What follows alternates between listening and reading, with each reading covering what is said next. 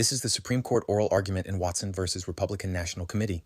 Mississippi allows mail-in ballots postmarked by Election Day to count if election officials receive them within 5 business days afterwards. The Republican National Committee sued, claiming 3 federal statutes from 1845, 1872, and 1914 require officials to receive all ballots by Election Day itself, not just require voters to mail them by that day. The Supreme Court must decide, does the day for the election mean the day voters mail their ballots or the day officials receive them? Mississippi argues election means voters' choice when marking and mailing ballots. Receipt happens afterward, just like counting. The Republican National Committee argues election means the state's process selecting officers, ending when officials close the ballot box by receiving the final ballots. Scott G. Stewart, Mississippi Solicitor General, argues for Petitioner Watson. Paul D. Clement, Alexandria, Virginia, argued for respondents. D. John Sauer, United States Solicitor General, Department of Justice, argues for United States as Amicus Curiae. We will hear argument this morning in Case 24-1260, Watson versus Republican National Committee. Mr. Stewart. Mr. Chief Justice, and may it please the Court. States have broad power over elections. Throughout our history, they've used that power to change how they hold elections. Nowhere is that change more apparent than in Election Day itself. Congress set the federal election day in 1845. At the time, everyone voted in person. There was no absentee voting. There was no secret ballot. Voters challenged each other's qualifications at the polls on Election Day, and states received ballots on Election Day. Over time, states changed all those practices. They did so as Congress extended Election Day to all federal offices. They've done so ever since. No one claims that in setting the federal election day, Congress blocked most of those changes. The dispute is whether Congress blocked just one change, allowing ballots cast by Election Day to be received after that day. States have allowed that for over a century. Congress has respected it. No one challenged it until now. The question is whether Congress in 1845 blocked that practice. The answer is no. The Election Day statutes adopt a simple rule. States must make a final choice of officers by Election Day. That is the plain meaning of an election. As this Court said in United States v. Classic, from time immemorial, an election to public office has been in point of substance no more and no less than the expression by qualified electors of their choice of candidates. Mississippi satisfies that rule. It makes a choice on Election Day. And only that rule respects the last 180 years of state lawmaking. If Election Day must be what it was in 1845, that takes out much more than the ballot receipt laws of 30 states today. It dooms absentee voting, modern methods of voting, the secret ballot, and more. Congress did not adopt that destabilizing view when it simply set the election day. The Fifth Circuit was wrong to rule otherwise. This Court should reverse. I welcome the Court's questions. Just to be clear, you said in your opening statement, sometimes you said the choice has to be made by Election Day, and at other points you say on Election Day. Which is it? I think the statewide choice needs to be made by or on Election Day itself when the entire electorate has voted, Justice Thomas. I think voters themselves need to make their individual selections by Election Day. If I give my ballot, mail-in ballot, to my neighbor, is that a choice? It's a choice. It's not a final choice that can be recognized in the context of an election. So when do I know whether or not a choice is final? When you've submitted to the state, to the appropriate state election official through the designated state process. So why isn't it the rule then that the final or the formalized decision, electoral decision, isn't made until that's done? Until it's submitted to the official, Your Honor. I think the choice is made once the voters as a whole have made an irrevocable decision by casting their ballots. A final choice. I've made a final choice when I handed it to my neighbor. But it's a final choice within an official state process, Justice Thomas. Well, I think the ballot is an official state process. Is that enough? Not enough to be known in a public way to the state. That happens when it is parted with and submitted through mail to the appropriate election official. Then it's final. If day includes a period after a particular day of the election, does it include a particular day before the day of the election? Or does your logic require a different consideration? Forgive me if I may not be understanding the question correctly, Your Honor, but I think the key is that the election day is the day by which a final choice electorate-wide must be made. It can't be made after that day by voters or the electorate as a whole.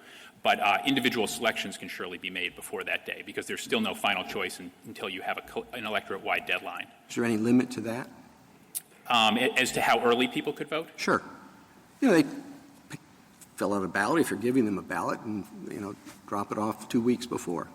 As far as the federal election day statutes are concerned, Your Honor, I don't think there is a limit to how early that could occur. I think you just need the day when the electorate as a whole needs to have chosen.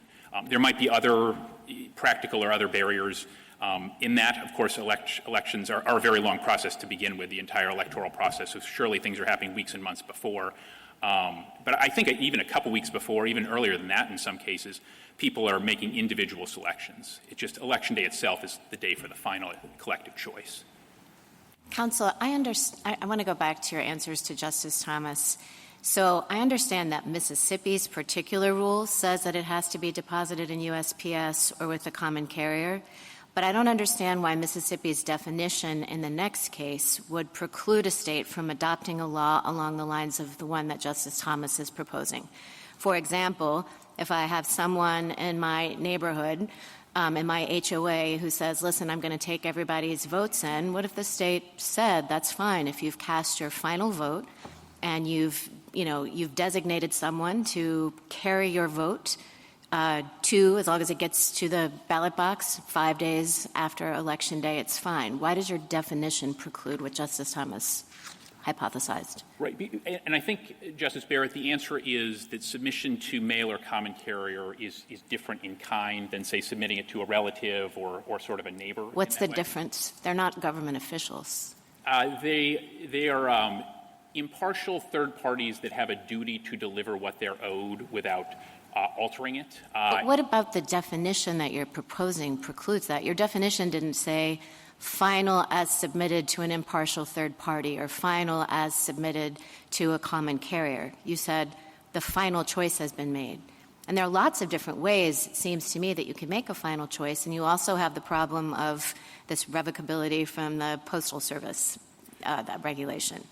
So I think, to start with the first part, Your Honor, I think we're going at a historically recognized form of finality. I think history is helpful in a number of ways. And one way is that as long as we've had mail-in voting, we've for almost as long as that time, we've had post-election day ballot receipt.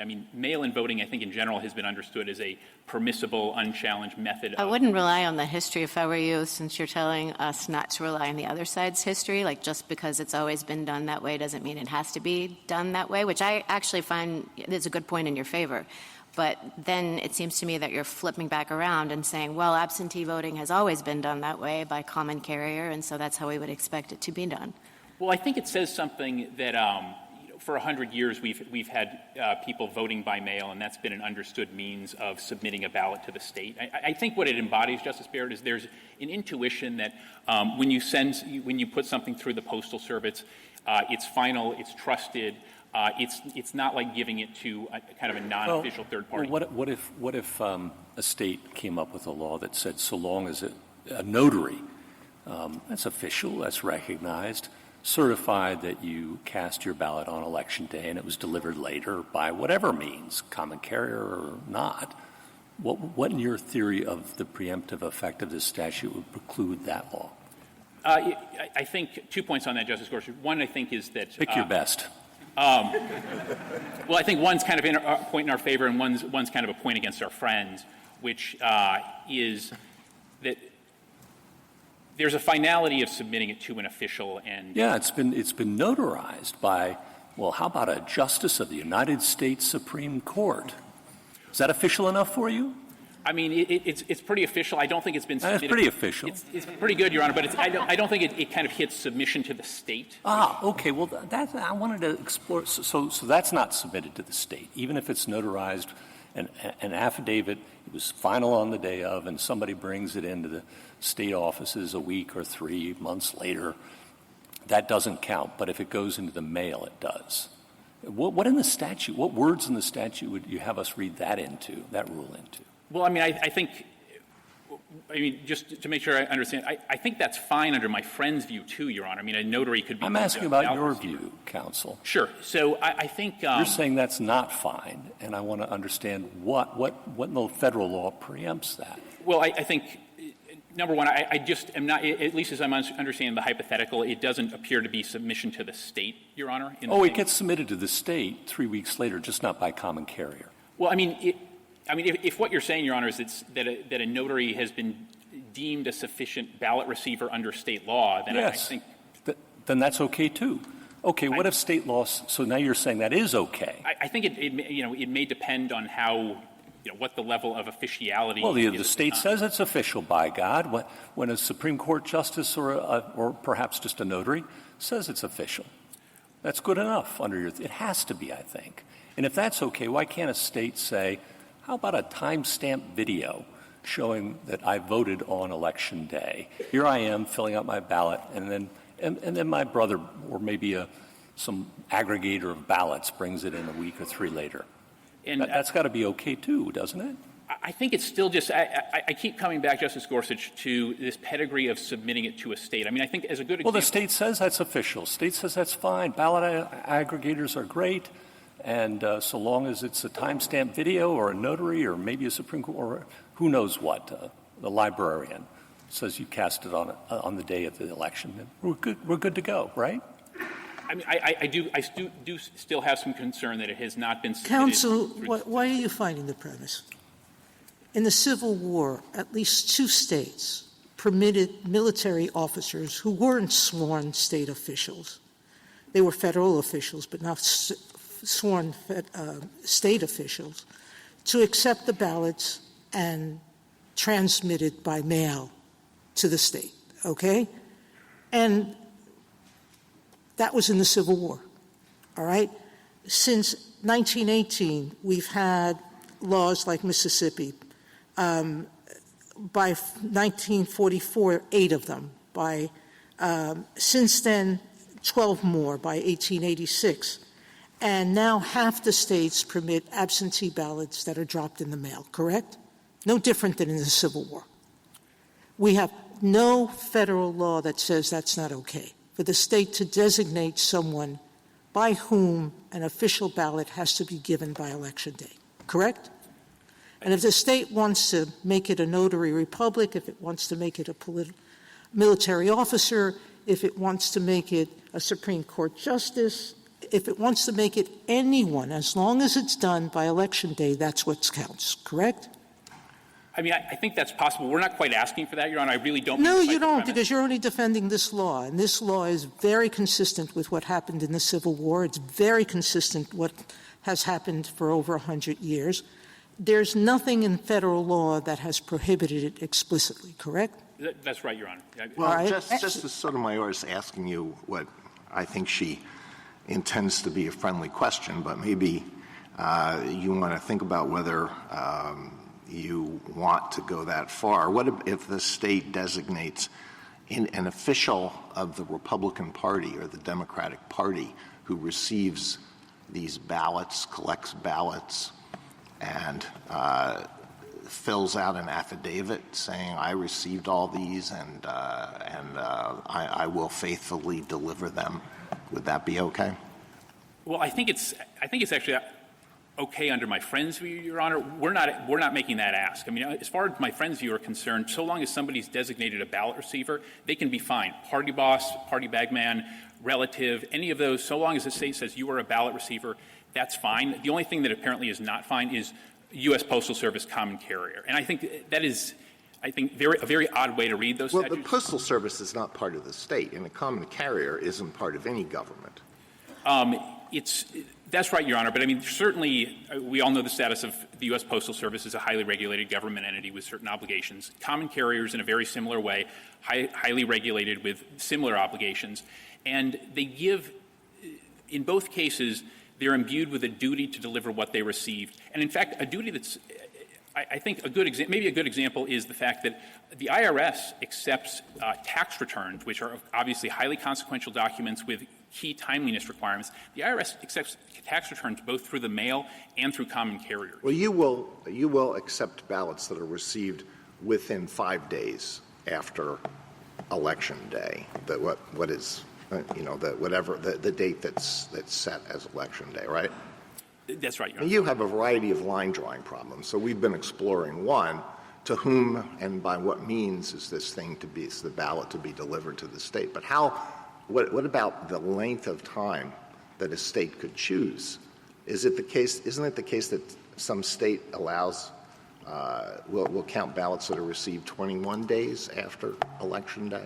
There are a couple that at the outlier it's kind of canvassing and it can go that far. I think more common is about Is that okay? Is that all right? As far as the federal election day statutes are concerned, yes, Your Honor. And I think this actually gets to a good point that loops back to something Justice Gorsuch was getting at in a certain way, which I think he was saying, what in the federal election day statutes decides that? I think that's the key point in our favor. This is an area where states get to go first, make these decisions. Congress can step in, but the idea. So there's no limit, except I suppose the day when the presidential electors have to be appointed, or the day when the next Congress starts its session. That's the only limit on counting mail-in ballots. Those are some of the limits, Your Honor. But I'd also say that the federal election day statutes don't require states to count ballots at all. It doesn't speak to counting, period.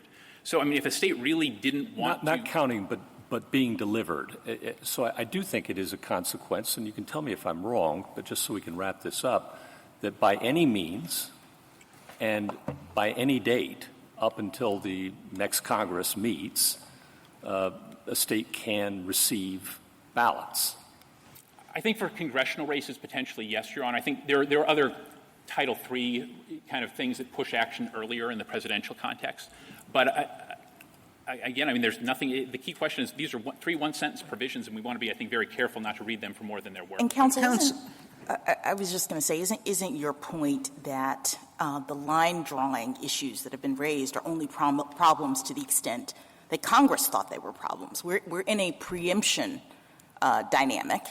And so the question, I think, really is what did Congress intend with its statement about Election Day? Did it mean to cabin the states so that they did not have the discretion to make these kinds of decisions?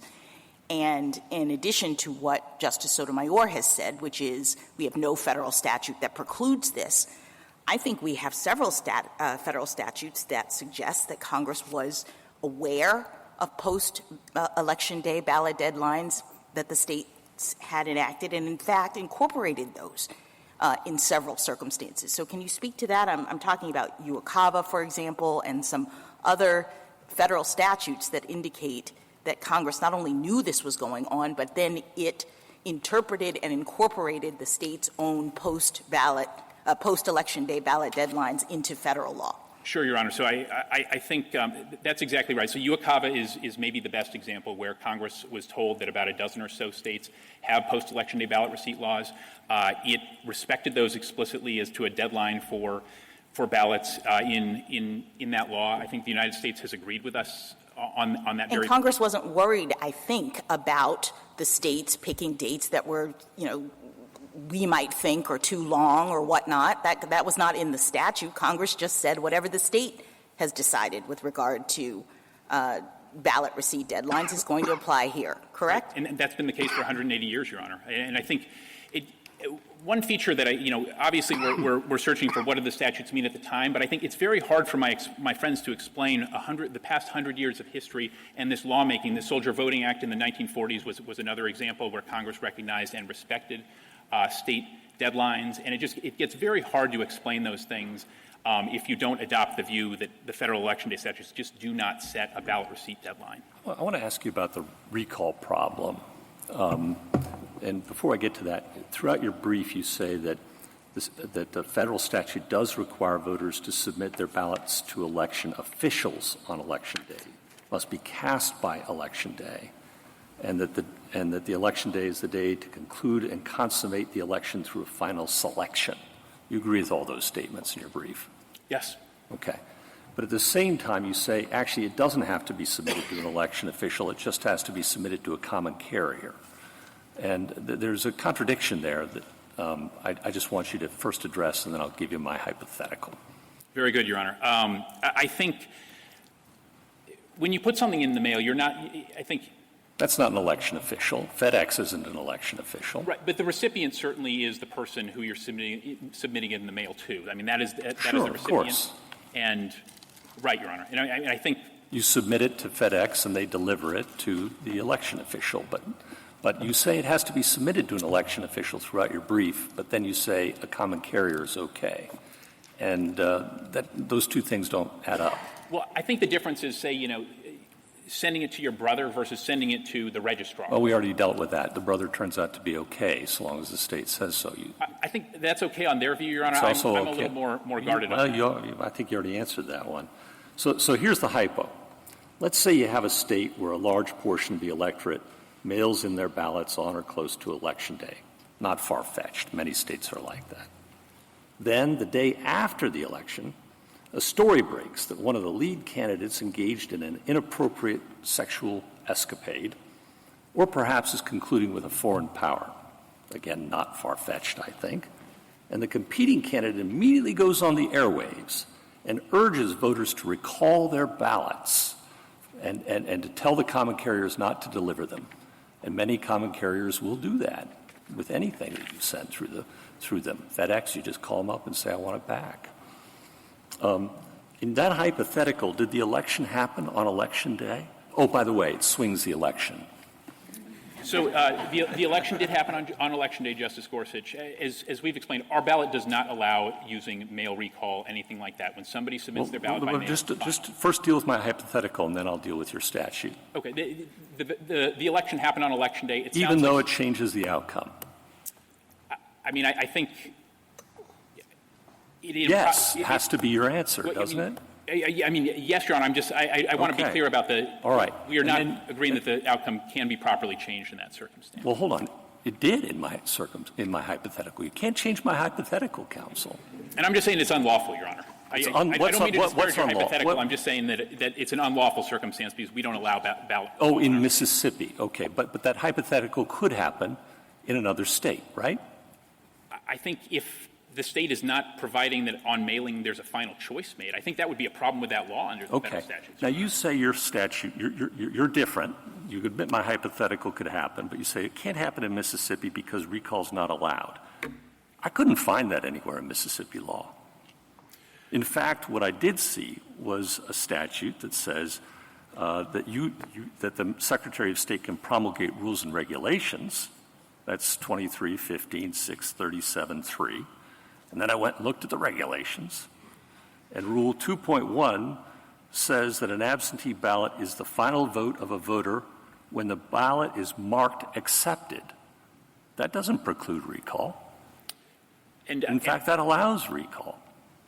I respectfully don't agree with that, Your Honor. I mean, where does it say recall's not permitted? I couldn't find that anywhere in your statutes or the rule. And I think by providing that ballots are final when cast under our statute. No, it doesn't. It says they're final when marked accepted. That's the regulation, Your Honor. Yeah. It's it's your regulation. And it allows recall. It does. Respectfully, it does not allow recall, Your Honor. The Show me where. Would you read to me the provision that precludes it? It's subsection 3 of the statute that my friends have found. I read you said subsection 3 that says that Secretary of State can make rules, and then I read you the rule. To ensure that the ballots are final when cast. The key thing is ballots are final when cast. It says votes promulgated by an absentee ballot that the person's absentee vote is final. You can make rules about when they're final. And what the rule says is it's final when marked accepted. And it's speaking to a processing rule about what to do when somebody's ballot potentially doesn't arrive on time, they submit an affidavit ballot. But I would come back to the text of the statute, Your Honor. I mean, final when cast is what our law. Mr. Stewart, I just want to ask a clarifying point to this. Is it possible for a portion of Mississippi's statute to be unlawful? Not just go with me here. A portion of Mississippi's statute to be unlawful insofar as it potentially permits recall, but still that, would not address whether Mississippi's statute was unlawful insofar as it allowed ballot receipt after Election Day. Yes, Your Honor. I mean, I think one possibility would be like, hey, look, you need more unambiguous finality here, and you need to foreclose recall period full stop. Okay. And on this question, I just want to make sure I understand what you're saying. When you said, yes, my friends on the other side say it's okay for private parties to deliver just like you do, are you saying that that's just a manner of receipt? And whether the ballot is received before or after the election, on all sides, everybody agrees that absentee ballots can be turned in by having, the neighbor, the party operative, or whatever, scoop them up and bring them to the ballot box? Your Honor, I mean, maybe, I'm not sure if I answered the earlier thing as crisply as I could. I'm not comfortable with the neighbor piece. I do have serious concerns about that. But is that tied to the ballot receipt problem, or is that just tied to, hey, maybe this is an unlawful way of executing absentee balloting, regardless of when the ballots make it to the official? I think it's the finality of the choice that has to be done by Election Day. And Okay. my concern is that if you're not sending it by mail or common carrier— You're getting caught up, counsel, again. Could you go back to the question? Justice Barrett is not arguing with you. Fair, Your What Honor. she's saying, and what you said earlier is, and you believe that under your adversary, the opposing counsel's theory, you can give it to the RNC operative. You can give it to anybody, and so long as it's received on Election Day by the state, that's okay. That's what you're saying, your opposing counsel is saying. And you're saying the only question before us is if they can designate an appropriate vehicle to transmit the votes, then that's okay. I think I was saying the latter part, yes, Your Honor. Mm-hmm. But I actually think, under my friend's view, it's okay for, a state can deem the ballot received when the party operative himself or herself receives it, because all that person has to do is be a ballot receiver designated by the state. Right. And we're trying to hew more closely not just to the text, but also the historical 100-year-long, you can submit it by mail. Okay. So, but the bottom line is that states can choose when the final vote has to be counted. States have discretion over counting. Exactly. Thank you, counsel. Justice Thomas, anything further? Just as a point of clarification, without looking at the subsequent history, what do you think the federal law required as far as the election day? That the voters make a final choice by that day. The way I'd boil it down, Justice Thomas, is choice is critical and unchanging. Method of making that choice is malleable, and that does also explain all the subsequent history. And you don't have to formalize that choice? You do by parting with your ballot and submitting it to the state. Have we had any examples? Justice Alito? Your position does require some difficult line drawing problems, and maybe that's inevitable. But one is the degree of confidence that one must have in the entity or person who transmits the ballot to the state. We've talked about that. One is how long after the election day votes can be received. A third is whether it has to be postmarked. Aren't there 8 states that do not require a postmark for late ballots? There are a number of states that don't require that, Your Honor. I think postmarking is, of course, it's good evidence that something has been timely submitted. That's kind of borne out in the tax context. I think, if somebody were challenging a law like that, it would potentially be a very different kind of a challenge. They'd have to make sort of factual showings to challenge that ballots were not cast by Election Day, but surely not this case. No, maybe it's inevitable that some sort of line drawing decisions like these have to be made, unless the rule is anything goes. States can do anything they want in this area. We don't have a whole lot to go on here. We have the phrase election day, and we have history. If we looked just at the phrase election day, what would we take from that? I think you've been saying we're moving in this direction. We don't have election day anymore.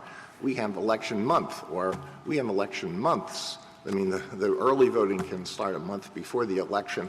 The ballots can be received a month after the election. Well, I think the best way to read it, Your Honor, is that by setting Election Day, the Congress set the final choice day. And that's the key thing, final choice day. What Congress was concerned about at the time was some states making final choices, say, a month before other states were making final choices, and the distortions, the fraud, the risks that had. And when everybody's making a final choice on the same day, even if some individual choices are made before then, you're honoring the statutes. And I think, Justice Alito, you made this observation, not a lot to go on because the statutes are just not there's not a lot of prolixity there. I think that's a point in favor of deference to the states. If Congress has not spoken to something, especially in this context where states are expressly empowered to regulate these things, that's a big point in favor of letting states continue to do so as they have for a century. Do you think it's legitimate for us to take into account Congress's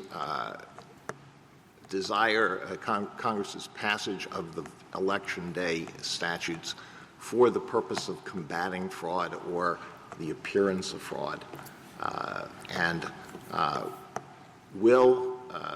some of the briefs have argued that confidence in election outcomes can be seriously undermined if the apparent outcome of the election on the day after the polls close is radically flipped by the acceptance later of a big stash of ballots that flip the election, or I think you got ballots that are delivered by somebody, by a neighbor, and they're received a month after the election, and they don't have postmarks. I think the best way to do it is to honor the statute's purpose, but doing so by respecting the statute's text and animating context. And what these statutes were getting at was not just any kind of fraud writ large in all elections, which no statute could do, but a situation where, state one votes, has their election on one day, ends it, and state two, neighboring, has its election 3 weeks later. Because the concern would be, let's say state one goes for one party, and then state three goes for the other party with a huge turnout for that other party. You could have potential fraud. People went across state lines and voted, or you could have the appearance of that sort of fraud, even if it didn't actually happen. Like people just said, oh my gosh, they voted for that person. Big turnout. So I think that's the kind of thing that animated those statutes. Whereas fraud writ large was not a good example. I do think it's notable that my friends with the United States, obviously they've sounded the anti-fraud theme. They haven't cited a single example of fraud from post-election day ballot receipt in this century. Thank you. I'll let my colleagues have a chance. Justice Sotomayor? Has there been any history of voter recall in the mails in Mississippi?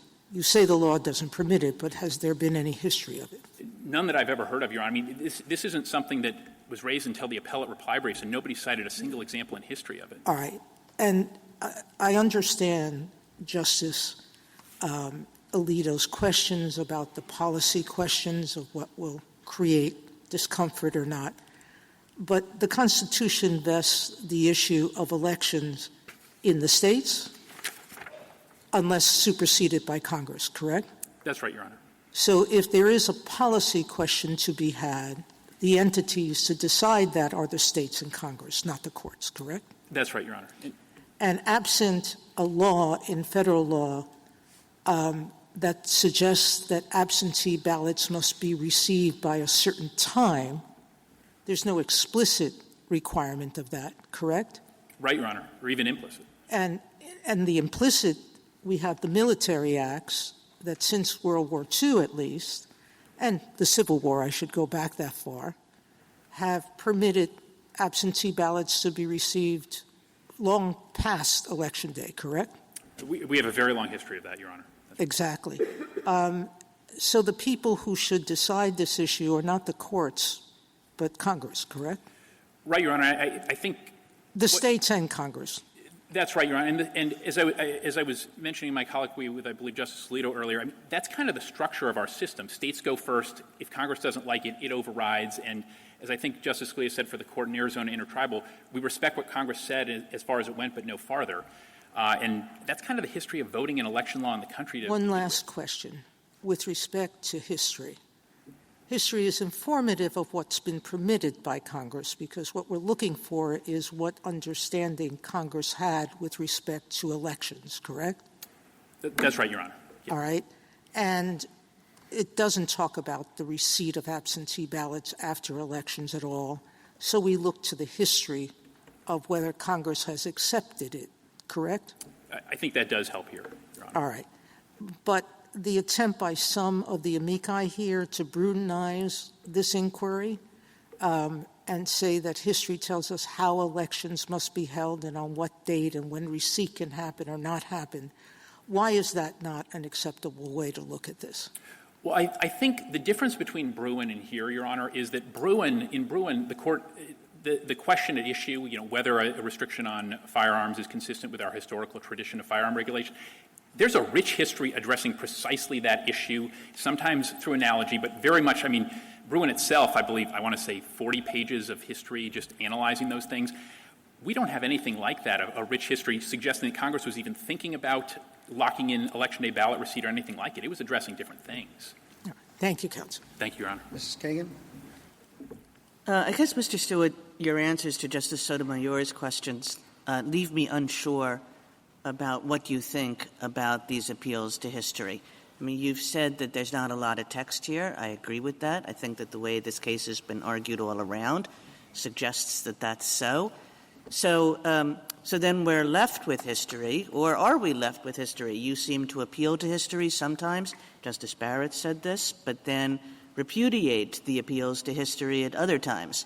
And I guess I want to know what we're supposed to be doing when we're looking at this statute and deciding this question with respect to all this historical evidence, scant or not scant as it may be. Sure, Your Honor. So I think the best way I can break it down is this, is that history is informative here, and the way it's most informative is that since Congress set, throughout our history, and certainly since Congress set the federal election day, election administration in our country has been very, very dynamic. As I tried to highlight in my opener, it was one thing in-person, on-the-spot qualification checks by fellow voters, ballots were naturally received on election day, all those features. As soon as Congress had a reason to alter the methods by which a choice was made, it did so. But the one constant is that the voters, in a popular government, it's most critically the voters, the constant is that the voters make a final choice of officers by election day. So I think history shows that election administration is dynamic. States have wide leeway. They just have to make sure that the voters make a choice by election day. Thank you. Thank you, Your Honor. Mrs. Gorsuch? Almost done, Mr. Stewart. You emphasized to Justice Kagan and many others that the final choice, at least, has to be done on Election Day, and so recall would be a problem for you if it could happen. But you say that doesn't happen in Mississippi. That's your position, right? Right. It's not permitted. If recall could happen, that would be a problem for your position. I think there potentially – Because then it wouldn't be a final decision on Election Day, right? That's right, Your Honor. I think there'd still be a factual question, though, whether I still have not been cited anything to say that recall is actually a thing that can happen in the world. I understand. But if it could happen, that would be a problem for your theory because the final choice wouldn't have happened on Election Day, right? Fair. Yep. Okay. So you say Mississippi prohibits it. We've been through whether that's the case or not. Very good. But let's say it did. Let's say there was a law prohibiting recall. How would it ever be enforced? Because how is a state to know? And how is even a common carrier carrying an envelope to know whether that is a ballot that needs to be recalled? And who are you going to prosecute? Well, I think it could be enforced similar to other voter things. In our state, there are notarization and affidavit requirements, signing things. I think one of if it were critical for the voter to say that there will be no recall, the voter could say, I hereby commit that I will not attempt to or recall this package in any way, shape, or form. They could just add that, sign it. I take the point about proof problems, but, gosh, Justice Gorsuch, violating state election laws in a state that really is anti-fraud and really takes wide measures to enforce its laws, that would be quite a thing for a voter to do. Well, in my hypothetical, which, you say is unlikely, to swing an election and all of that on recall, but as soon, if history teaches anything, scant or not scant, it's that as soon as something's allowed, it will happen eventually, right? And so somebody that my hypothetical happens, and everybody recalls it.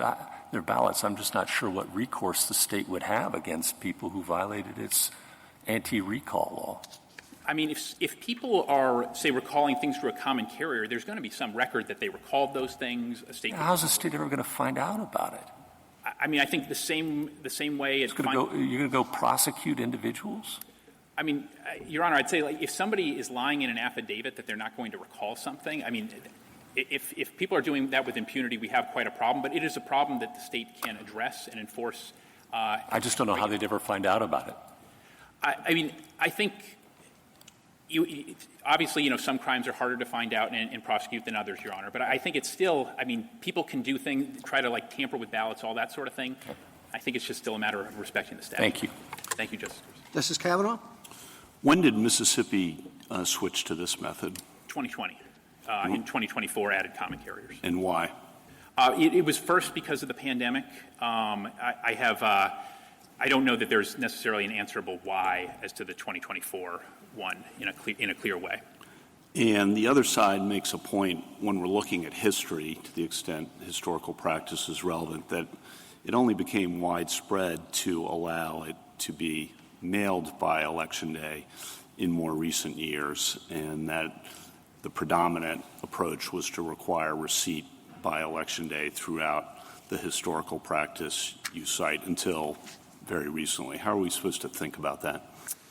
I mean, I think it's the same way to think about I think the broader history of election law is when states have kind of seen a problem, they've adapted and adjusted, often in the direction of making sure that more votes can be counted. I mean, that was obviously a big thing when absentee voting started to become a prominent thing. Certainly we cared for much about our history of people showing up in person, but we realized that was very difficult from people away from home, and that we wanted to, kind of widen the tent and make it so that people could vote. And I think perhaps another realization, even though we've had UOCAVA for 40 years, Justice Kavanaugh, is that for military voters in particular, this is a perennial challenge about making sure that they can actually get their ballots in on time. I mean, that's perhaps why UOCAVA voters in particular are a very popular group for post-election day ballot receipt. Would you say that the states that require receipt by Election Day are disenfranchising voters? No, they're not, Your Honor. I mean, a reasonable ballot deadline does not do that. I would asterisk just there are the practical barriers for those overseas military voters.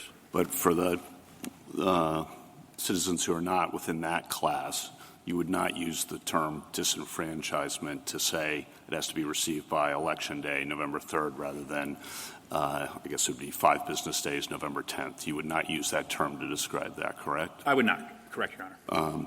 And then picking up on Justice Alito's questions, Professor Pildes and others have said that late arriving ballots open up a risk of what might destabilize the election result if the apparent winner the morning after the election ends up losing due to late arriving ballots. Charges of a rigged election could explode. The longer after Election Day any significant changes in vote totals take place, the greater the risk that the losing side will cry that the election has been stolen, end quote. And my questions, one, is that a real concern? Two, does that factor into how we think about how to resolve the scant text and the maybe conflicting or evolving history here? I think I certainly respect the perception. I think one thing notable in this case, and I think helpful, is that there has not been much of a showing about actual fraud from post-election day ballot receipt itself. I mean, that was. Well, I think Justice Alito referred to, and I think this quote refers to the appearance of fraud. And is that a real concern? Is that something we should be thinking about? Confidence in the election process? Just curious how we factor that in here. Right, and I think it would go back to the same answer I had for Justice Alito about simple text, straightforward text, and respecting the limits of that text, and looking at the animated history. I think it was the double voting fraud concern. I don't know that people have that particular concern. I think, obviously people can be, unhappy when a result flips. I think Congress may be able to take measures to address that, but I think there's no good evidence that Congress was doing that beyond preventing double voting in this context. But if you have to have a deadline, which you acknowledged, and if having a deadline of November 3rd rather than November 10th for receipt doesn't disenfranchise anyone, why wouldn't it make more sense to take account in some respect of that concern as we think about how the text and history fit together? Well, I think, something that Congress was clearly, trying to do was adopting a simple rule in this text. And I think a very simple rule is everybody must cast their ballot by Election Day. That's quite administrable. If you have an Election Day ballot receipt deadline, there are certainly things to commend that. I think you're alluding to some of those, Justice Kavanaugh. But there's also a question of, when do I vote? I'm not sure, do I need to do it 7, whatever it is. Whereas, if somebody wants to get all the information possible, they like voting on Election Day, you have a pretty nice, clear, simple rule, and that seems to dovetail quite well. Well, the simple rule, but if it arrives on November 11th, you're out. Right, but I think that's kind of baked into the risks you always get when you're doing, there are always some risks, regrettably, with mail-in voting. You can eliminate some of those risks by voting in person, but the risks would seem the same no matter whether it's November 3rd or November 10th. In other words, that it could take longer than a week for the mail to get there. The risk is there, but I think if you have Election Day ballot receipt, and I think what we're addressing, are more, the way I might frame the issues are, these are policy points. The question is, did Congress wall off states from debating these policy points? I think the answer is no. And I think states could very reasonably say, look, we do want to get counting and get a result very fast, but we are concerned about these military voters. We do want voters to be able to get whatever information they want. The weekend before, that used to be a big deal in elections, at least. Maybe it still could be in the future. And I think a state could say, hey, look, federal law didn't wall us off from doing this. We get that it has some things about it that other states might weigh differently, but we want to allow that for our voters. Well, I take your point, but it really goes to just thinking about what Election Day or day of election means. But I take your point. Thank you. Thank you, Your Honor. Justice Barrett? So I want to be clear about what your definition of finality requires. Would it require finality if the vote arrives by Election Day as well? So let's imagine an absentee ballot that's put in the mail or sent by common carrier well in advance of Election Day and is received and put in the ballot box by Election Day. Does that one have to be final? Or in other words, would it be a problem for you that the U.S. Postal Service permits recall for those ballots that are sent in advance? I guess what I'm asking is, do you have the same problem either way? You've taken a lot of questions, and I have those questions about what the effect of this recallability is. And I guess my question is, I want to understand what your definition of finality is and whether it applies to the earlier absentee ballots as well. Do they have to be final such that it would be illegal to recall them pursuant to whatever regulation the post office has? Right. I think I got it, Justice Barrett. Let me see if I can do my best on it. I think, in theory, if Election Day has not passed, there could be a window for somebody to... So it would be okay. It wouldn't be illegal for somebody to recall a ballot before Election Day. I guess I don't understand why. If a state allowed that, Your Honor, we don't allow it. So it would be okay for the state. I know you don't allow it, but right. I guess I'm struggling because if your definition of the election or the vote or casting the vote requires finality, I'm trying to understand why that would be different before the election.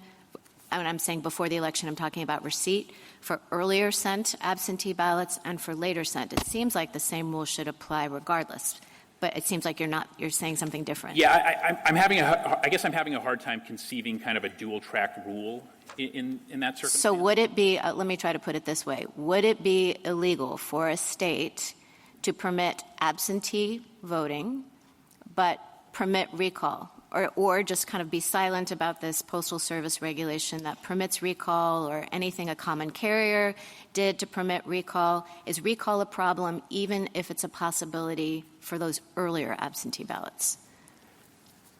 Because you can't consider them final. All these questions that you've been taking are about whether you could really consider the ballot to be final if you could recall it. So I'm asking whether that same finality test applies for the earlier ballots.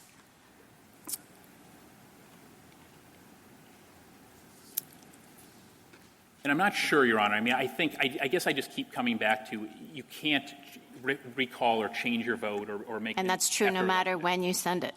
I think, certainly in our state, and I think that's right, Your Honor. But, as a matter of the federal law, it just seems to me that your definition has to be consistent, and it sounds like you're changing it for the earlier absentee ballots and saying finality has some kind of different force for the later received absentee ballots. Right. Well, I think a state has to do whatever it would need to do to guarantee that on Election Day, all ballots, every cast vote is final and cannot be recalled. But it doesn't have to be final at the time it's sent. Because it's okay to recall it. If you send it 2 weeks in advance and you change your mind, that's not a problem.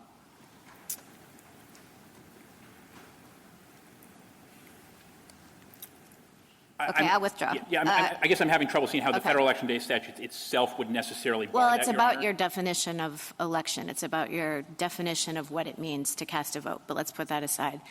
Obviously, there's a lot of talk about history in this case. Well, the Electoral Count Reform Act was passed in 2022, and for the first time, it defined Election Day. Should that matter? So should we be looking at how Congress understood Election Day to mean in the period of voting, what it thought in 2022, or should we be looking at the late 19th century and the Civil War practices? I think most vitally it still remains 1845 as the key date, especially given that we have statutes that are trying to manifestly achieve uniformity in what is required of all federal offices. So I do think 1845 is the key date. So Congress carried over in 2022 the same understanding of Election Day that had persisted throughout? I think that's right. Final choice of an officer. Okay. Thank you. Thank you, Your Honor. Justice Jackson? So let me just clarify. This case is not about a Mississippi practice or policy related to recalling ballots. Is that right? That's right, Your Honor. So I guess I'm a little confused about those kinds of policy questions. And I guess I think that the Constitution's allocation of responsibility here actually makes this case about who decides. I mean, there are a lot of policy questions. Justice Alito ran through several of them. Who gets to receive the ballot? How long after can they be submitted? Does it have to be postmarked? I suppose we can add, is recall allowed, et cetera, et cetera. But the question, I think, is whether Congress has precluded the states from making those calls, drawing those lines. And your position, as I understand it, is no. That's correct, Your Honor. That the scantness of Election Day in the federal statutes actually is a point in your favor because it indicates that Congress was leaving it to the states to draw the various lines that might arise in this circumstance. Is that right? That's right, Your Honor. And that's reinforced, for example, by the 1866 statute, which shows that when Congress wanted to be really prescriptive in this area, it was very prescriptive. It described this is what the states have to do and so forth. So if we were focused, really focused on what we're asked to answer here, which are the states preempted by federal law from having post-election day ballot deadlines, you would say no. No, Congress just didn't decide that. Let me ask you about the history with respect to Bruin. I guess I'm not sure I understood your answer to Justice Sotomayor because it seems to me that Bruin is not even the right methodology by which to be thinking about this. Bruin applied to the Second Amendment because the Second Amendment incorporated a pre-existing right. And the point of the history and tradition test was to try to evaluate the contours of that right. We don't have that dynamic here. We're trying, I thought, to figure out what Congress meant when it included Election Day in its federal statutes. So it seems odd to me that the suggestion that the limitation on our understanding of Congress's intent is somehow tied to the state's practices.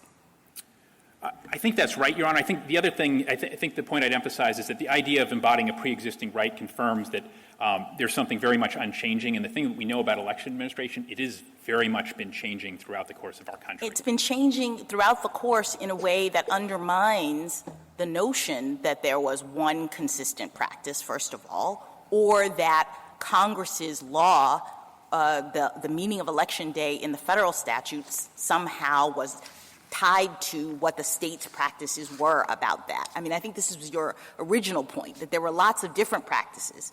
And so to the extent we're saying, you could only look at Election Day in the federal statute to mean exactly what the states were doing back at that time, this imperils a lot of different things, not just post-election day ballot deadlines, right? That's right, Your Honor. And I mean, the only way to explain all of these changes is to read them in line with plain text and the limits of history, which is to say election is a final choice. I mean, otherwise you have to do what my friends have to do, which is, hey, look, we're going to pick out the one practice from these 19th century codes that we like, ballot receipts, say that's what an election is, and just ignore in-person voting, qualifications check on the spot by fellow voters, and that's just not sound history. Can I ask you one final thing about the amicus brief from the Society for the Rule of Law Institute? Because I found it very interesting, and I didn't really know what your view of it was.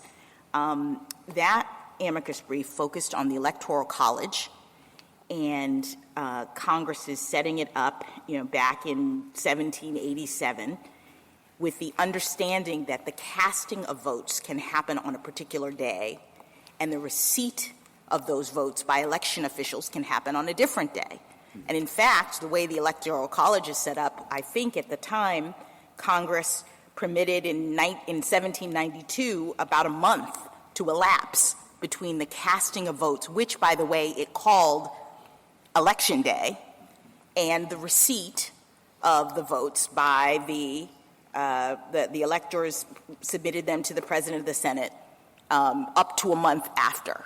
So I think that's, to the extent we're worried or thinking about historical evidence, that seems to me to be pretty significant and compelling historical evidence of Congress's understanding of what was required by Election Day versus the receipt of those ballots at some subsequent point, correct? Yeah, I think that's well stated, Your Honor. The other thing I'd tie it to in the same amicus brief, and I think the amicus brief does a nice job of tying into this, is that the key thing is choice, choosing. The Constitution refers to choosing, choice, those kind of verbs, and that's why that sort of thing is allowed. And the choice is made when you cast your vote under the electoral process system, when the electors cast their vote, right? Right.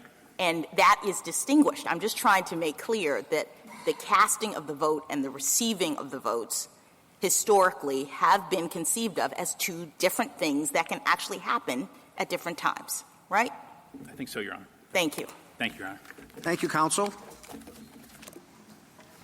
Mr. Chief Justice, and may it please the Court, all agree that elections for federal office have to end on the day of the election specified by Congress. And all agree that you can't have an election unless you receive ballots, and there must be some deadline for ballot receipt. Nonetheless, Mississippi insists that ballots can trickle in days or even weeks after Election Day. That position is wrong as a matter of text, precedent, history, and common sense. Mississippi all but concedes that the original public meaning of election included both offering to vote and the receipt of that vote or ballot by election officials. And, of course, the key distinction between voting and an election is that an election involves the combined action of voters and election officials, as this Court underscored in its decision against Foster against Love. And, of course, Mississippi insists that at the time these statutes were passed, ballot receipt and the casting of the ballot were so inextricably intertwined, no one would have thought of one without the other. That seems to me to be a damning admission, but it also ignores the advent of field and proxy voting in the Civil War and the enormous efforts that states went to ensure that all of the ballots, whether by proxy or by field vote, were received by Election Day. In the state's view, all of those Herculean efforts were for naught or were entirely gratuitous. Now, the state's position actually works even worse as a matter of common sense. If somebody in Gulfport the day after the election asks, is the election over? The common sense answer is, no, it's not. The ballots are still coming in. And if somebody asks, who won? The truthful answer is, we don't know yet. The ballots are still coming in, and they may trickle in for weeks or months. And in fact, they may trickle in for weeks or months with or without a postmark in differing ways in differing states. That reality gives the lie to the idea that we have a uniform national election day. I welcome the Court's questions. How would you define the day of election? I would say that the day of the election is it's the last day in which all the ballots are cast and they are received into official custody. So how would you treat early voting as compared to late reception of votes? So I would say, I think the best place to look for a treatment of early voting is the Kreisling decision by Judge Kleinfeld in the Ninth Circuit. Because after Foster against Love, there was a suggestion in Foster against Love that maybe early voting is a problem. He rejected that claim based on two things. One is the distinct history of early voting, and the second is the idea that was explicit in this Court's decision in Foster against Love that Election Day is the date of consummation.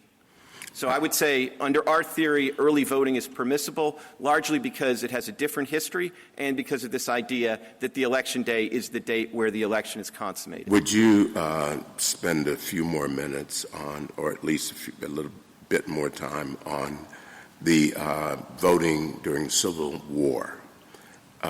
There was some suggestion that that's an example of late reception of votes.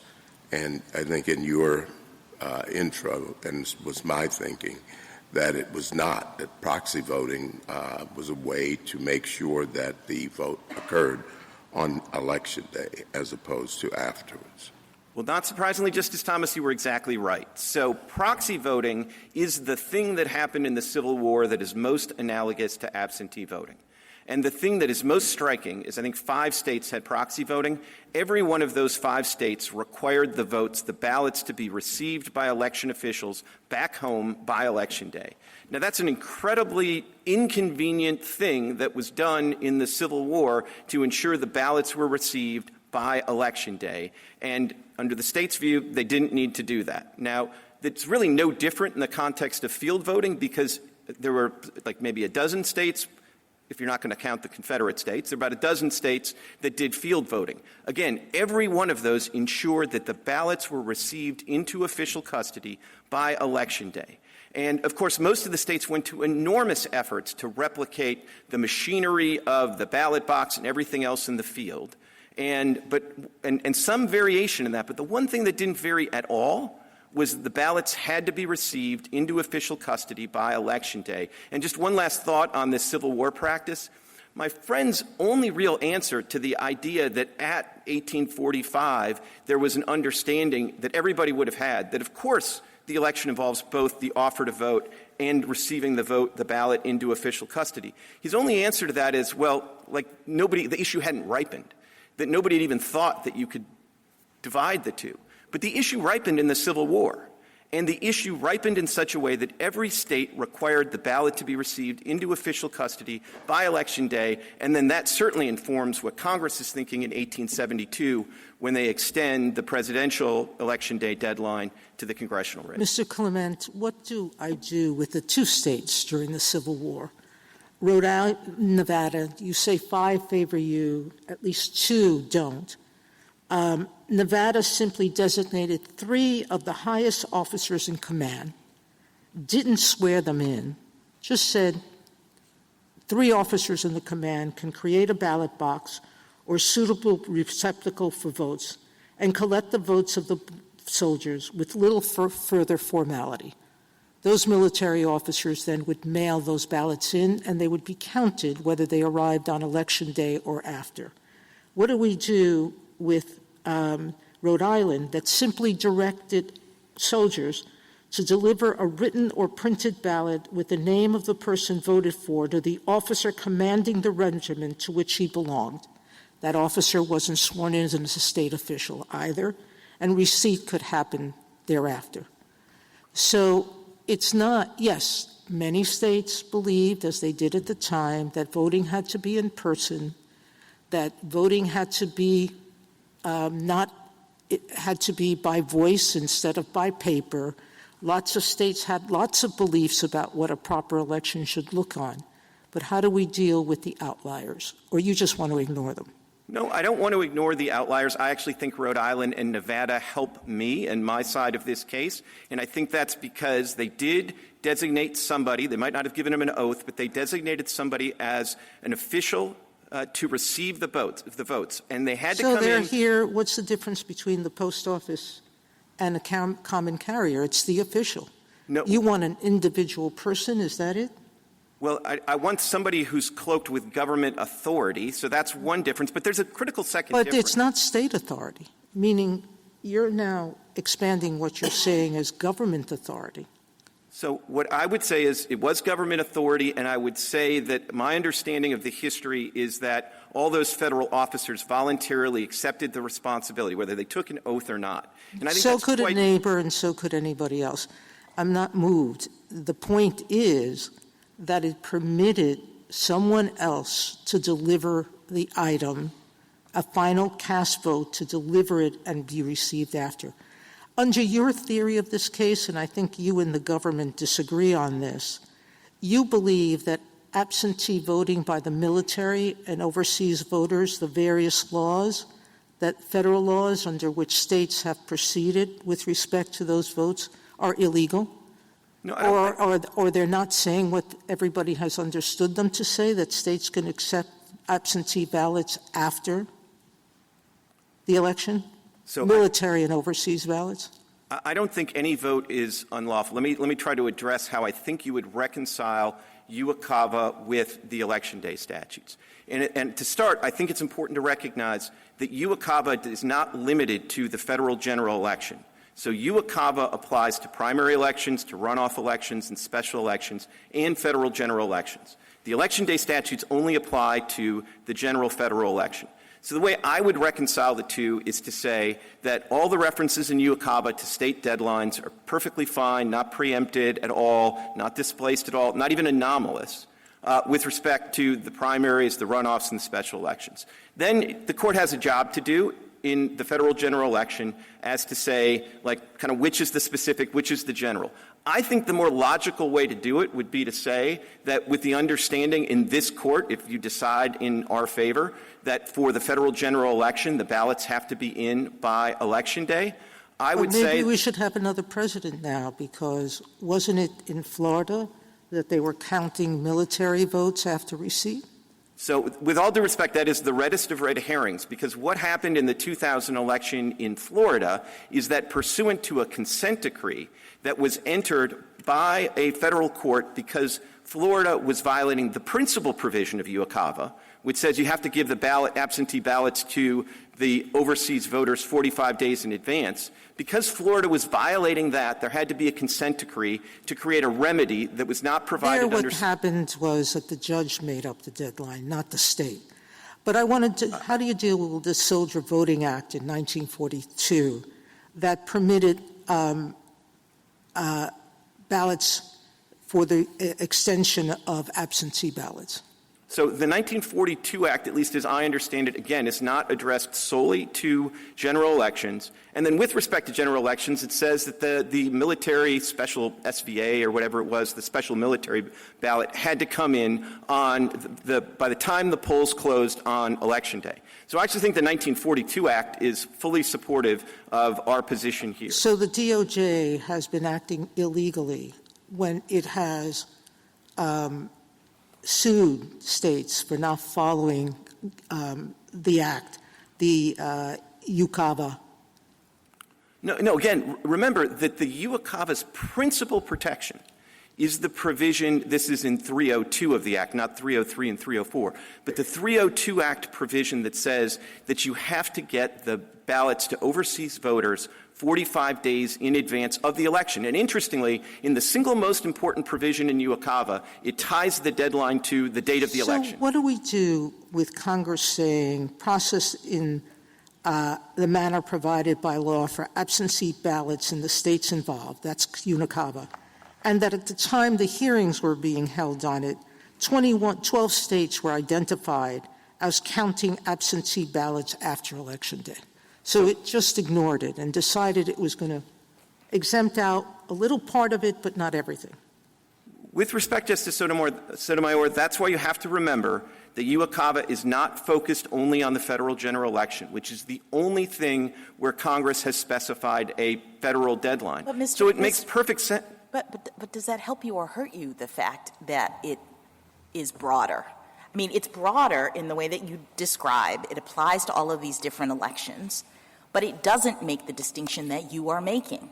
It says with respect to all of them, state absentee ballot deadlines should apply. You're encouraging us to treat the general election differently because you interpret Election Day with respect to the general election statute to have a defined time as of Election Day. But that is not what this statute appears to be doing. So I think it helps us, and I think it helps us because to the extent you're concerned with those references to state election deadlines, they're inevitable. If Congress is going to address anything other than the general federal election, it has to refer to the state deadlines for receiving ballots because there are no federal deadlines for any election other than the federal general election. If that's true, Mr. Clement, you would think that Congress would say, with respect to the deadlines, that there's no separate federal requirement, X rule. And with respect to the deadlines that there is a federal requirement, Y rule. But it doesn't do anything like that. It treats them all of a piece. And we know that for many of these elections, states were setting their own deadlines, and Congress, in passing these statutes, didn't suggest any kind of distinction between those elections and these elections. So, Justice Kagan, as with almost every statutory question that comes to this court, Congress could have made it easier. They could have done all that, and they didn't. And I think you just have to reconcile. But so what do we take from that? I mean, it seems what they took from that is that they thought that this state function of setting ballot receipt deadlines was something that was a state function. And that's what they took from it. And so they wrote the statutes this way, where with respect to all elections, the states were setting their own receipt deadlines. So I don't see that in the text. That doesn't seem even logical to me. I wouldn't think the one place we were going to especially defer to the states with respect to the federal general election deadline is with overseas and military voters, where the interests of the federal government are probably paramount.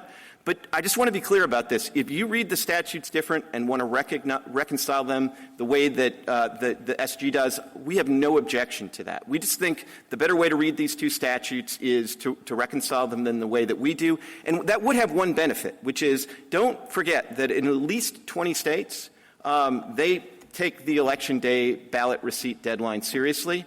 So if you simply say in this case that Election Day ballot receipt deadline is true of all 50 states, then every overseas voters, every military voter is going to be treated the same. And they'll still have 45 days to get their ballot in. And one other thing just about Mississippi in particular, Mississippi has provisions in its election code that specifically accommodate overseas military voters and overseas voters. And it's not the ballot extension deadline that we have challenged here. There is a specific provision that says for UOCAVA voters and UOCAVA voters only, they can email their ballots in. So, like, the idea that anybody is going to be disenfranchised here when the overseas voters and only the overseas voters have the option of emailing in the absentee ballot that they get from Mississippi seems to me to completely be misplaced. And the concern should really be the heartland cases. And remember, as Justice Alito alluded to, you have 8 states that don't even require a postmark. And there is nothing in Mississippi's theory that turns on the existence or the non-existence of a postmark. And that's probably a good thing because the Post Service has made clear that they don't even postmark all of the mail. And postmarks have their own problems. I mean, the main mailbox, post office in Chicago stays open 24/7. So when all the other polls close in Illinois or every other state at 8 p.m., the post office is still open till midnight. Now, I'm not here to say that there could ever be voting fraud in Chicago. but the possibility that there's a 4-hour window where people could go get their ballots, absentee ballots postmarked after all of the returns are in, and they know that, this is the election where these things could turn the result, that does not seem entirely So is your argument that we... Can I ask you a question about the offer to vote and the vote? So historically, it seems like the offer to vote was then you had to adjudicate the voters' qualifications, and then if the qualifications were met, then the official received the vote, and then it was put into the ballot box. And as I understand it, Mississippi still has sort of a similar system because they have to adjudicate voter qualifications as well as accept the vote. So you sometimes say, you and the United States, when the ballot box closes, and you sometimes say receipt. Are those two different things, and do the voters' qualifications have to be adjudicated by Election Day as well? I don't think they're exactly the same thing. I mean, in some sense, I think the ballot box closing is a nice kind of common sense capture for the idea that the election ends on Election Day. Now, I think with respect to the voter, the qualifications challenge, rather, most of that is solved in the current system by registration requirements, which they didn't have historically. So we think the critical thing is there are two things that have always been absolutely indispensable in elections, and that's the casting, but also the receipt into official custody. And one thing I want to make clear about this is Mississippi still takes receipt into official custody very seriously, and it is indispensable. They just have a different deadline. They have a 5-day deadline. And we've had a lot of discussion about the possibility of recall, and I think that is a problem for Mississippi. But they have an even bigger problem in my mind, which is the November 11th problem, which is to say, as Justice Kavanaugh pointed out, if the ballot arrives 6 business days late, Mississippi doesn't count it. It's a nullity, and under the state statute, they destroy it. But let me return you to the adjudication question, because that's really, the Mississippi local officials brief says that they do not adjudicate the qualifications of all ballots received, even by Election Day, because it takes them more time to compare the signatures and process them. And I'll just get cut to the chase. The heart of my concern is that historically it seemed like both of those things happened on Election Day, whether we're talking about Civil War, voting on the field, et cetera. But I understand that under your theory, we can separate those and say that only receipt matters, but adjudication can, in fact, happen afterwards. Is that correct? I mean, that's the position we're taking in this case. I mean, I've spent enough time studying the Civil War history on ballot receipt, so I haven't studied everything about that election qualification. My sort of first cut answer standing here is that can be understood as part of the canvassing process, and that can take place after. But I guess why can you separate out, if historically those two went hand in hand, that the qualifications, there was the offer to the vote and vote, it seems odd to say that the election is concluded by receipt when historically both of those things happened at the same time. So why is that one piece of history plucked out? So two things. One, maybe I have another challenge that I haven't thought of, so I don't want to utterly foreclose that. But the reason I'm focused on ballot receipt is A, it's what's directly at issue here, but also B, it's the thing that to this day every state considers indispensable. No state. Washington is the one that lets 21 days go by, but no state says that you don't have to have a ballot receipt deadline at all. And under Mississippi law, it's not, despite what they want to tell you, the ballot is not final when it's submitted. The ballot is final when it's received by election officials within 5 days. And you can have all the certifications that this was before Election Day and I have it notarized. And if it comes in on the 6th business day, this is the November 11th problem. What the state does is they treat it as a nullity, and under the state statute, they direct it to be destroyed. So the ballot doesn't become final just when it's submitted. The ballot becomes final when it is submitted, and under Mississippi law, it is received into official custody by the registrar within 5 business days. That's finality under Mississippi law, and our humble submission is finality should take place on Election Day. Thank you, counsel. Justice Thomas, anything further? Justice Alito? We have lots of phrases that involve 2 words, the second of which is day. Labor Day, Memorial Day, George Washington's birthday, Independence Day, birthday, and Election Day. And they're all particular days. So if we start with that, if I have nothing more to look at than the phrase Election Day, I think this is the day in which everything is going to take place, or almost everything. And then we have 3 points in time, 1844, 1872, 1914. And we can ask, what would people have thought on those days is meant by this phrase, Election Day? Which of those should we choose? Which of those dates should we choose? Well, I think you could choose any of the 3. I mean, honestly, I think the single best one, if you're just going to choose one, is 1872. And the reason I say that is because 1914 is the latest in time, but that's the one that Congress gave the least thought to because it was right after the 17th Amendment, and they just said, yeah, whatever the rule is for the House of Representatives, we'll use that for the Senate. Okay, so in 1872, someone sees Election Day, and maybe they start with the idea, okay, it's a particular day, and then they say, but I remember the Civil War. And a big exception was made There were different practices in the Civil War. It wasn't everybody going to a particular polling place and voting. So what then can we take from that? Should we just take from that, well, this was an incredible national emergency where extraordinary measures had to be taken. What should we take from that? What would an ordinary person have thought Election Day meant in 1872? I think they would have said that's the day by which, at a bare minimum, the ballots have to be cast and received into official custody. And I think they would have, to the extent they were thinking about the Civil War history, I think the thing that would have impressed them is that even at a time of great national emergency, every one of the states insisted that the ballots be received into official custody by Election Day, whether by proxy or by field voting. Nobody said, well, you know, it's a civil war. Let's give them a month. Nobody said that. And people literally went into harm's way in order to do field voting, and they all did it by Election Day. That seems to me to powerfully reinforce the idea that in 1872, if you told anybody, hey, all this means is you got to cast your ballot, but the state can receive it for up to 21 days later, with or without a postmark, I think they would have thought that you were talking about a different country. Well, let's take the last of the days, 1914. My understanding is that Maryland departed from your position a couple of years after that. Did anybody say at that time, wow, Maryland is violating the Election Day statute?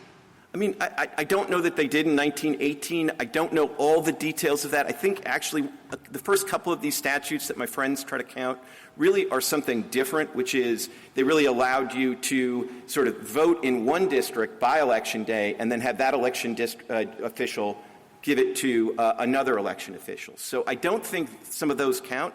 What I would say, though, is in 1944, Montana passed an extraordinary law that tried to extend the ballot deadlines for ballot receipt, and they did it in World War II, and they did it for the best of intentions. And in the Maddox case, which the parties cite in the briefs, it's this kind of extraordinary case where the Republican Party and the Democratic Party of Montana both joined forces to go to the Montana Supreme Court and said, is this law lawful? And the Montana Supreme Court said it's not lawful, it violates state law, but they also said it violates the federal law specifying Election Day. Okay, thank you. Justice Sotomayor? But the rule of decision was based on state law in Maddox. What is it? I disagree. I mean, you can all read it for yourself. I mean, I know my friends on the other side say that. I've read the case like seven times. In D.C., I vote by going to a ballot box that's on the city streets, all over the city streets. Is that receipt by a state official? I just go to the ballot box. It's locked. I don't know and don't remember if it's time-stamped or not. But the city, I don't even know if it picks it up before Election Day. It certainly picks it up at some point. Is that legal under your theory? I think that's compliant with the federal election. Why? There's no state official who has received it. A ballot box has received it. It's official state custody, and I think it's important to remember that when ballots come into official state custody, and this is true under Mississippi law as well, at that point the state treats it very seriously and establishes a chain of custody. I mean, if you want to look at in the petition appendix at Mississippi statutes, the provision so that we're different. It's different for you in kinds because a military officer like Rhode Island and Nevada during the Civil War, even though they were federal officers, not sworn in the state, they were official enough. Is that it? It was official. An empty a ballot box with no person next to it is official enough. But the Postal Service is not. The Postal Service is not. I don't know all the details about what Nevada and Rhode Island did. I'm actually not even sure the Nevada statute was ever implicated because Nevada didn't become a state until the Civil War was basically over. But in all events, I think the statute that's issued here is worth reading. If you look at 89A of the petition appendix, I mean, they go to Mississippi once it's in the ballot box. And this is true of the absentee ballots that are received within 5 days.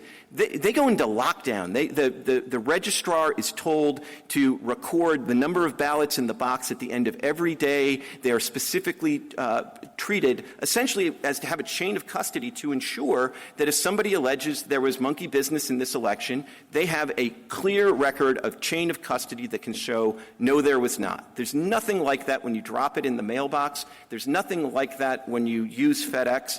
And I don't know, they say it's illegal to recall your ballot, but the post office allows you to do that. The FedEx allows you to do that, as Justice Gorsuch indicated. I don't think there's any way the state would even know it happened. We have a state government official lawyer telling us on behalf of the state how to read their laws. Where are we on an issue that was forfeited below and not raised below are going to assume to the contrary now? It was raised below. This was raised in the reply brief in the Court of Appeals. When my friend referred to it not being raised till the reply brief, I assume he was referring to in the Fifth Circuit. But it's in the Fifth Circuit decision, so it's properly before this Court. Justice Kagan? Mr. Clement, I'm wondering what you make of the 2022 amendment, because that pretty clearly suggests that voting can take place not just on a day, but in a period. And what are we to make of the fact that Congress just a few years ago said there's a period of voting, and we're fine with that? So to me, the most sort of striking thing, if we're talking about the same statute, the Electoral Count Reform Act, ECRA, or whatever it is, to me the most striking thing is there's one change to the Federal Election Day statute in particular, and it creates a possible exception for force majeure events. And I would view that as the only exception that Congress created when it looked at this. Yeah, but the exception for force majeure events assumes a baseline of a period of voting. It talks about a state modifying the period of voting for those special events. But the baseline is that the state has a period of voting, which it then modifies for force majeure events. So I think that this is not like some special exception. It's an exception in the statute that assumes that a state is going to have not a day of voting, but very likely a period of voting. So I would think that the period of voting would refer to is the practice of early voting, which we're not taking issue with here. And as I said, that has a distinct history. But I don't think they were saying the period of voting could last until after the election, because if that's what they had in mind, there would be no reason to create an exception for force majeure events.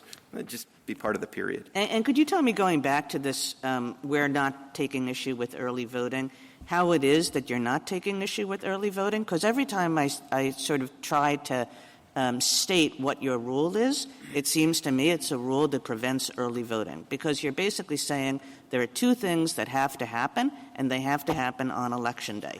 And it's the voting and, the casting of the vote and the receipt of the vote, and both of those things have to be on Election Day.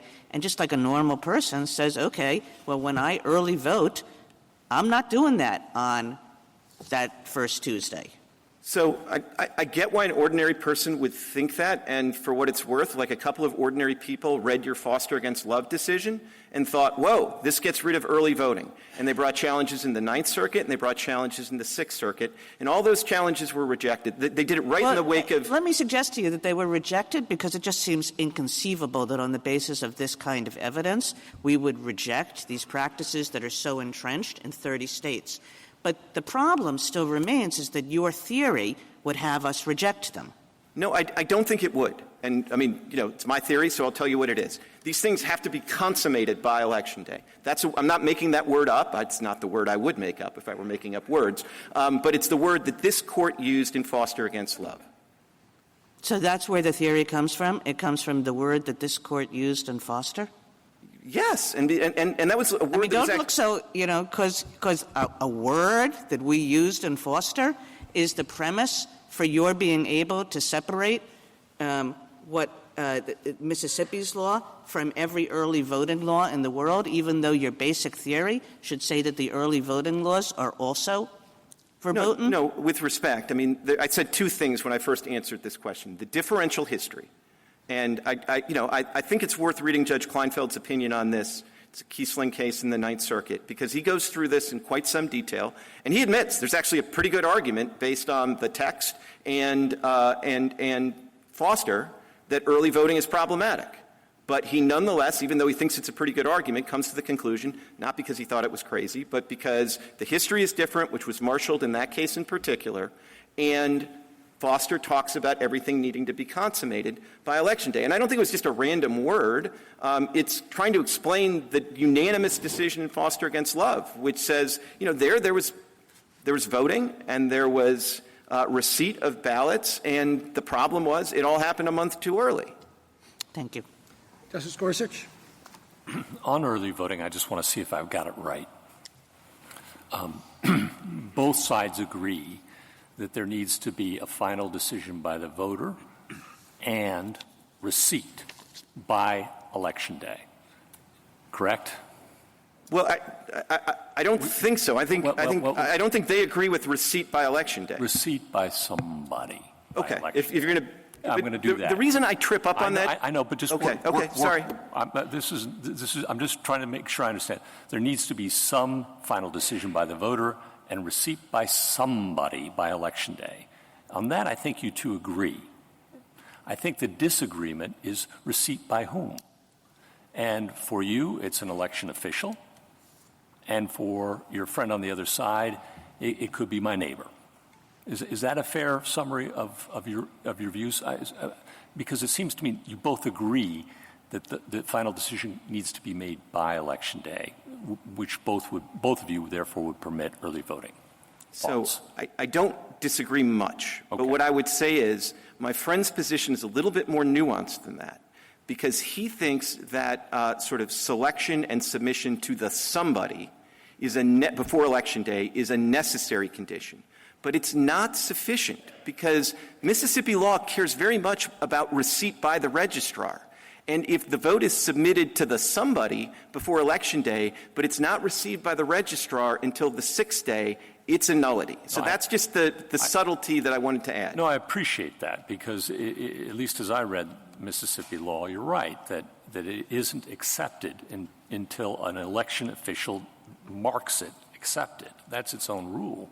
But it seems to be running away from that here by saying, at least as I'm understanding it, I might be misunderstanding it, but at least as I understand it, because they're saying, no, once it goes into FedEx or to my neighbor or whomever, it's received effectively on Election Day.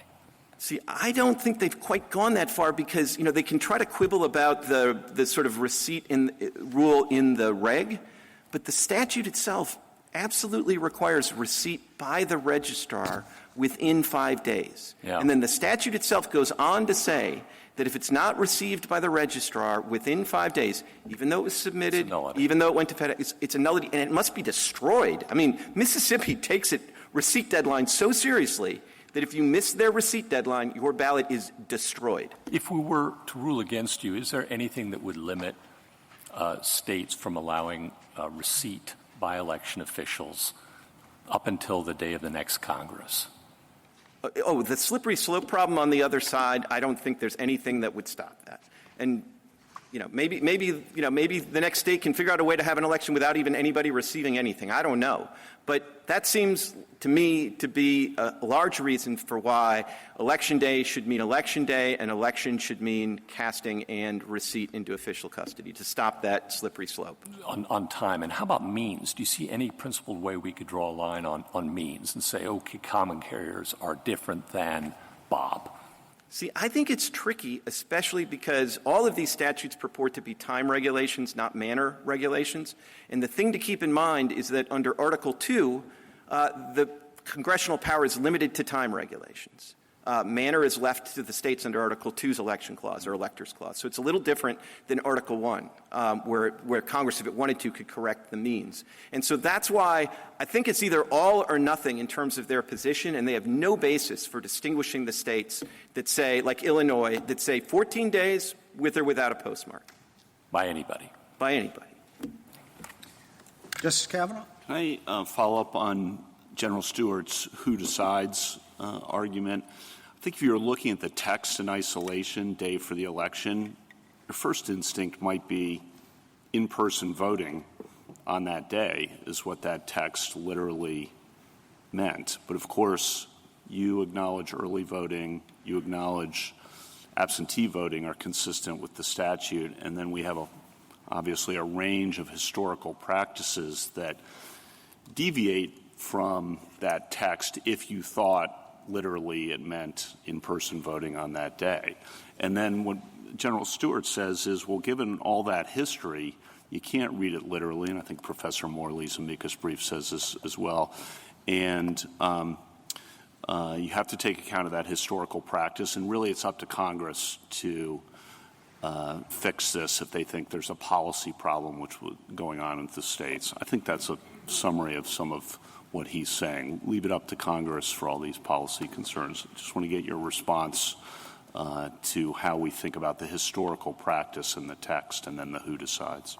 Sure. So on the historical practice, the thing that I think is remarkable is this unbroken historical tradition, at least from 1845 to 1914. There is no example of somebody of an election with a state having a ballot receipt deadline that's other than by the election day. So nothing. I mean, they cobbled together one state at a time to get them starting in 1918, and I think some of those statutes are distinguishable, but it's common ground that there's nothing during the whole time that these statutes are enacted where you don't have ballot receipt by election day. So to me, if we're going to do original public meaning, and then, yeah, Congress could fix this either way. However you decide this case, you're not going to have the last word. Congress is going to have the last word. But if we're going to take original public meaning seriously, I think the reason Congress hasn't revisited this is because it doesn't have to. It's already fixed this problem. Now, in the Morley brief, I would take the bitter with the sweet on that, which is what he says is, I don't think the text gets you all the way there. I beg to differ. I think the text, original public meaning, gets you all the way there. But what he says should be the tiebreaker is what rule does a better job with dealing with actual or perceived fraud. And one of the things I found striking in that brief is he quotes Senator Atherton from 1844 debate leading to the 1845 statute.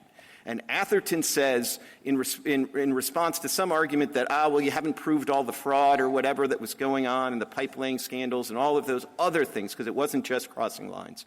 And he says, real or perceived, it doesn't make a difference, because even perceptions of fraud are going to make a huge difference in undermining public confidence in the elections. And you, I think, quoted from Professor Pildes, who I think got this exactly right. I mean, if you have an election and the election is going to turn on late-arriving ballots in a way that means what everybody kind of thought was the result on Election Day ends up being the opposite a week later, 21 days later, the losers are not going to accept that result. Full stop. They won't. And that is bad for our system. And so if you think there's a little bit of ambiguity, and we're in a post-Chevron world, so you have to resolve it, I would resolve it in the favor of reading the statute to eliminate fraud or perceived fraud in election, and that, I think, would cause you to rule it. Why have so many states allowed this, then? So states have only allowed it relatively recently, as one of your questions averted to. I think one reason that they've done it is some states do want to accommodate overseas or military voters. I do think that there are other ways to do that than the ballot deadline, as I've talked about, and I think Mississippi's voted with their feet. I don't think anybody's going to be disenfranchised in Mississippi when you can vote. If you're overseas, you can vote by email. So I think Mississippi solved that in a much more targeted way. So I think, that's at least kind of part of the way that I would think about why states have done it. And then really there was an uptick in COVID as sort of a one-time accommodation for COVID. And a lot of states did it for COVID and then sort of retreated. Mississippi, for whatever reason, stuck with what they did for the first time in COVID. You were asked about the 2000 election. I don't think you were able to finish that answer. Do you have more you want to say about that? Yeah, I just want to be emphatic that is the reddest of red herrings, because what happened in 2000 was that the voting deadline was extended pursuant to a consent decree. And the reason there was a consent decree is that Florida had violated the principal protection of UOCAVA, which is getting the absentee ballots to the voters overseas well in advance of the election. And so having blown that deadline, there was a consent decree that extended the receipt date.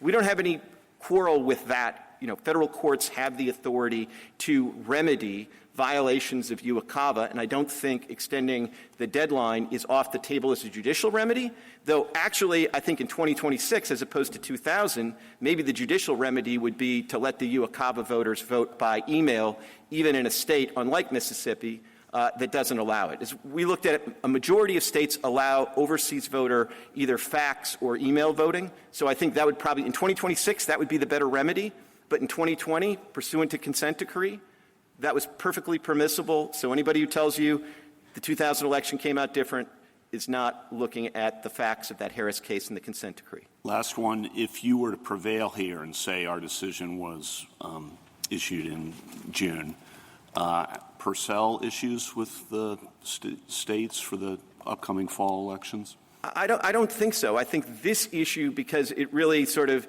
just deals with the state and the receipt of the ballots, I think June would give them plenty of time. And remember, it only affects this issue only affects the general election. It doesn't affect primaries. So, like, the only thing I can even think of that would raise, like, a lurking problem is you wouldn't want the states, if this court decides in our favor, you wouldn't want a state absentee ballot that's misleading about the receipt deadline. But those deadlines, those ballots have to go out 45 days before the general election. So what's that, like mid-September or something? So there's plenty of time. I don't think there's a Purcell problem. Thank you. Justice Barrett? So I'm trying to figure out how to think about the history. And you said a moment ago that what we have is the original public meaning of Election Day at the time in the late 19th century in 1917, et cetera, was ballot receipt. And you invoked the various state laws that required receipt by Election Day.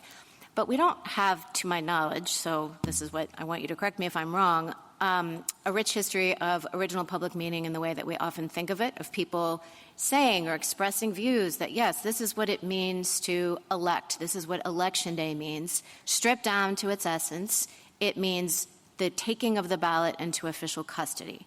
What we have is state practices.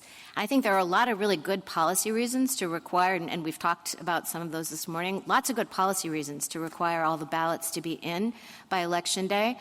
Do we have evidence either of people saying, like, this is what we understand Election Day to require, as opposed to treatises that are summarizing some of the cases?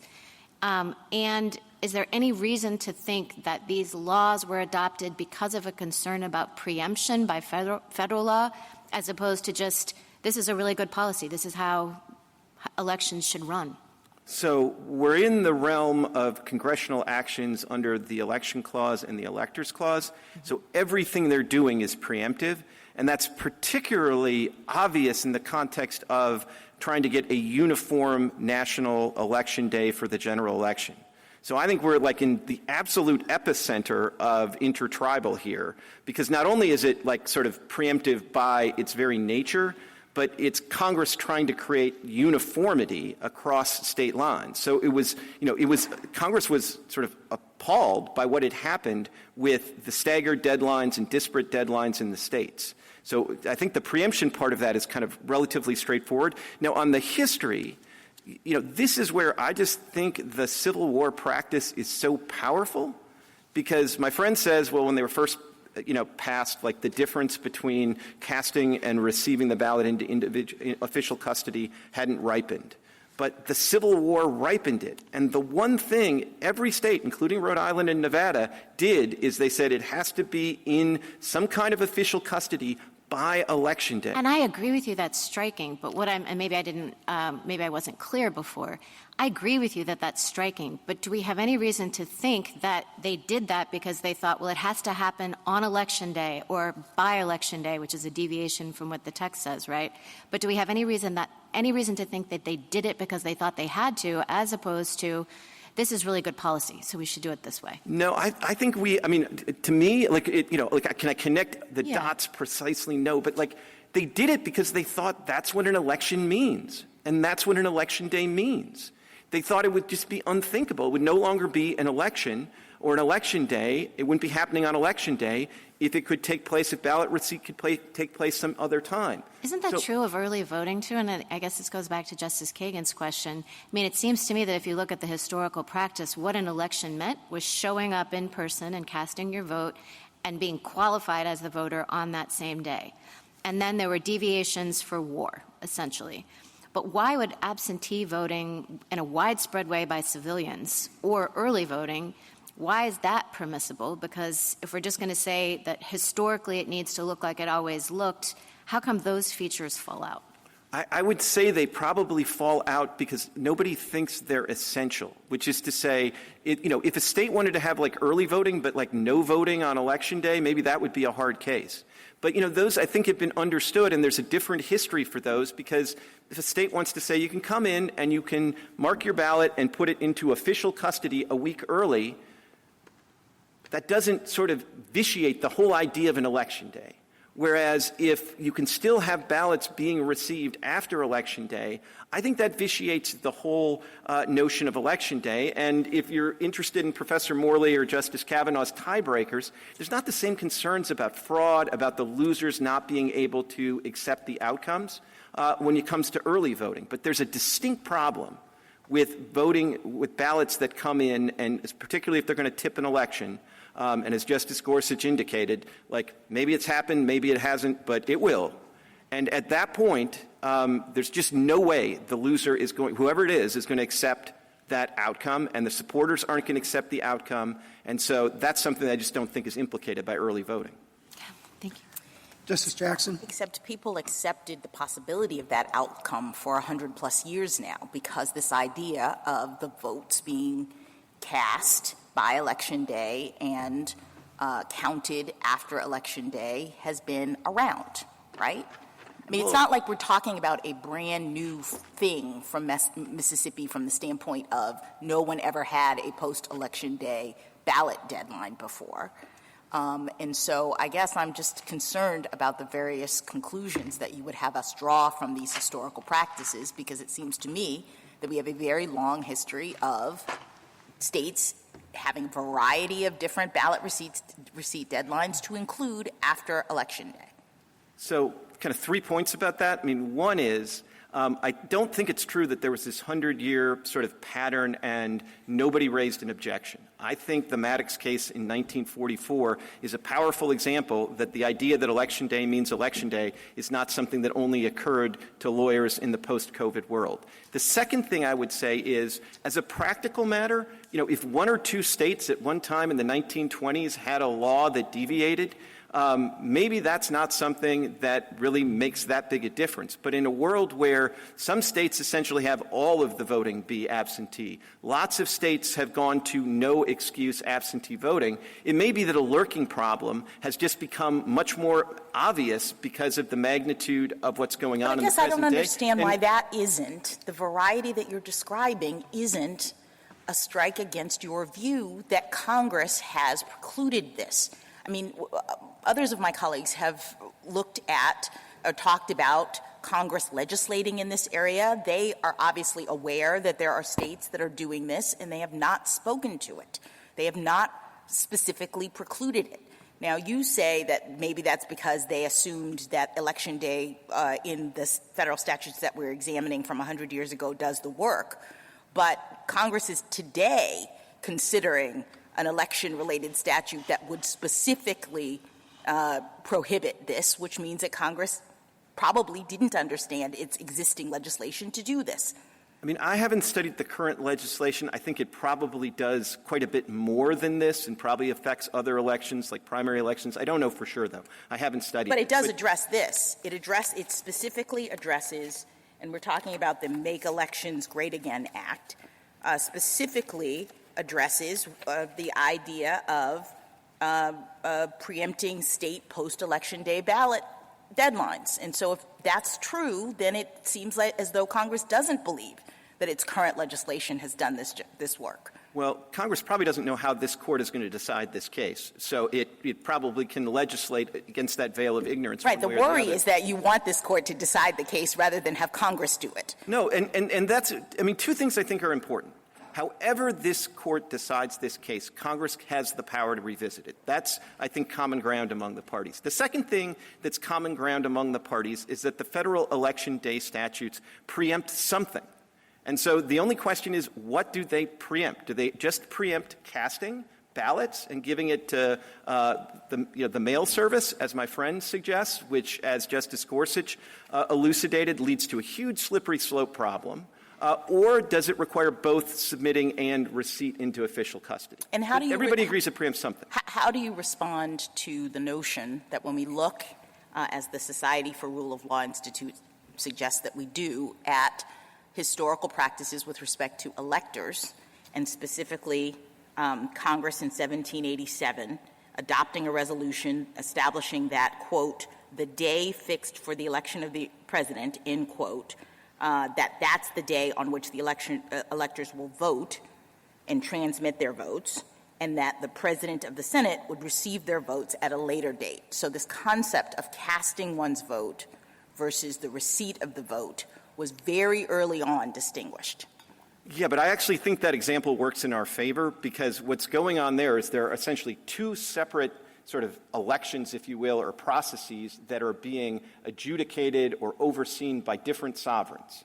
So what happens first is the states address the appointment of the electors in that state, and then later that has to be received and certified in the Senate, because then in the Senate they're going to figure out who won the national election. Yes, I appreciate that, but I guess I'm just talking about this notion that receipt and casting have always been completely intertwined, such that it would be inconceivable for someone to think that the election day is the date in which the votes are cast versus the day in which they're received by elections officials. So I don't dispute that if you have two really separate elections, that you can then, having bifurcated the elections, you can bifurcate the idea of casting and receiving. I mean, like obviously, right? But Congress could have had them on both the same day if that's what an election is. I mean, your argument is rooted in this notion that, as a common sense matter, as a general matter, if we're going to have an election day, that's the day when everything is supposed to happen.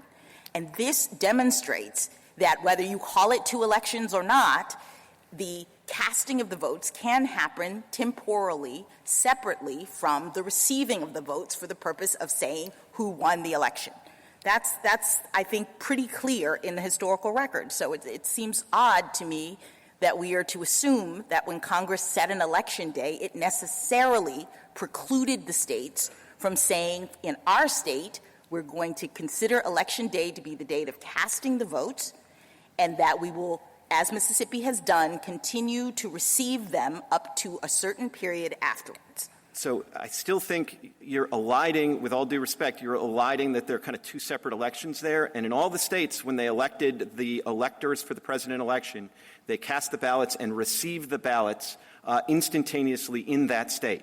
Then there's a separate process for getting the results from the states to the national election and figuring out how it was all processed. I don't think in 1792 that could have happened instantaneously. I think it took a while to get from Georgia to the seat of government in order for that to happen, and so Congress understandably provided an interval there. But I think for the election of the electors in the states, the casting and the receipt would have been simultaneously. They might well have been doing it by putting beans in a bowl back in 1792. But I think, as the parties agree, by about 1845, certainly by 1872, the process of voting by ballot had been well established, and those were cast and received instantaneously. Thank you. Thank you, counsel.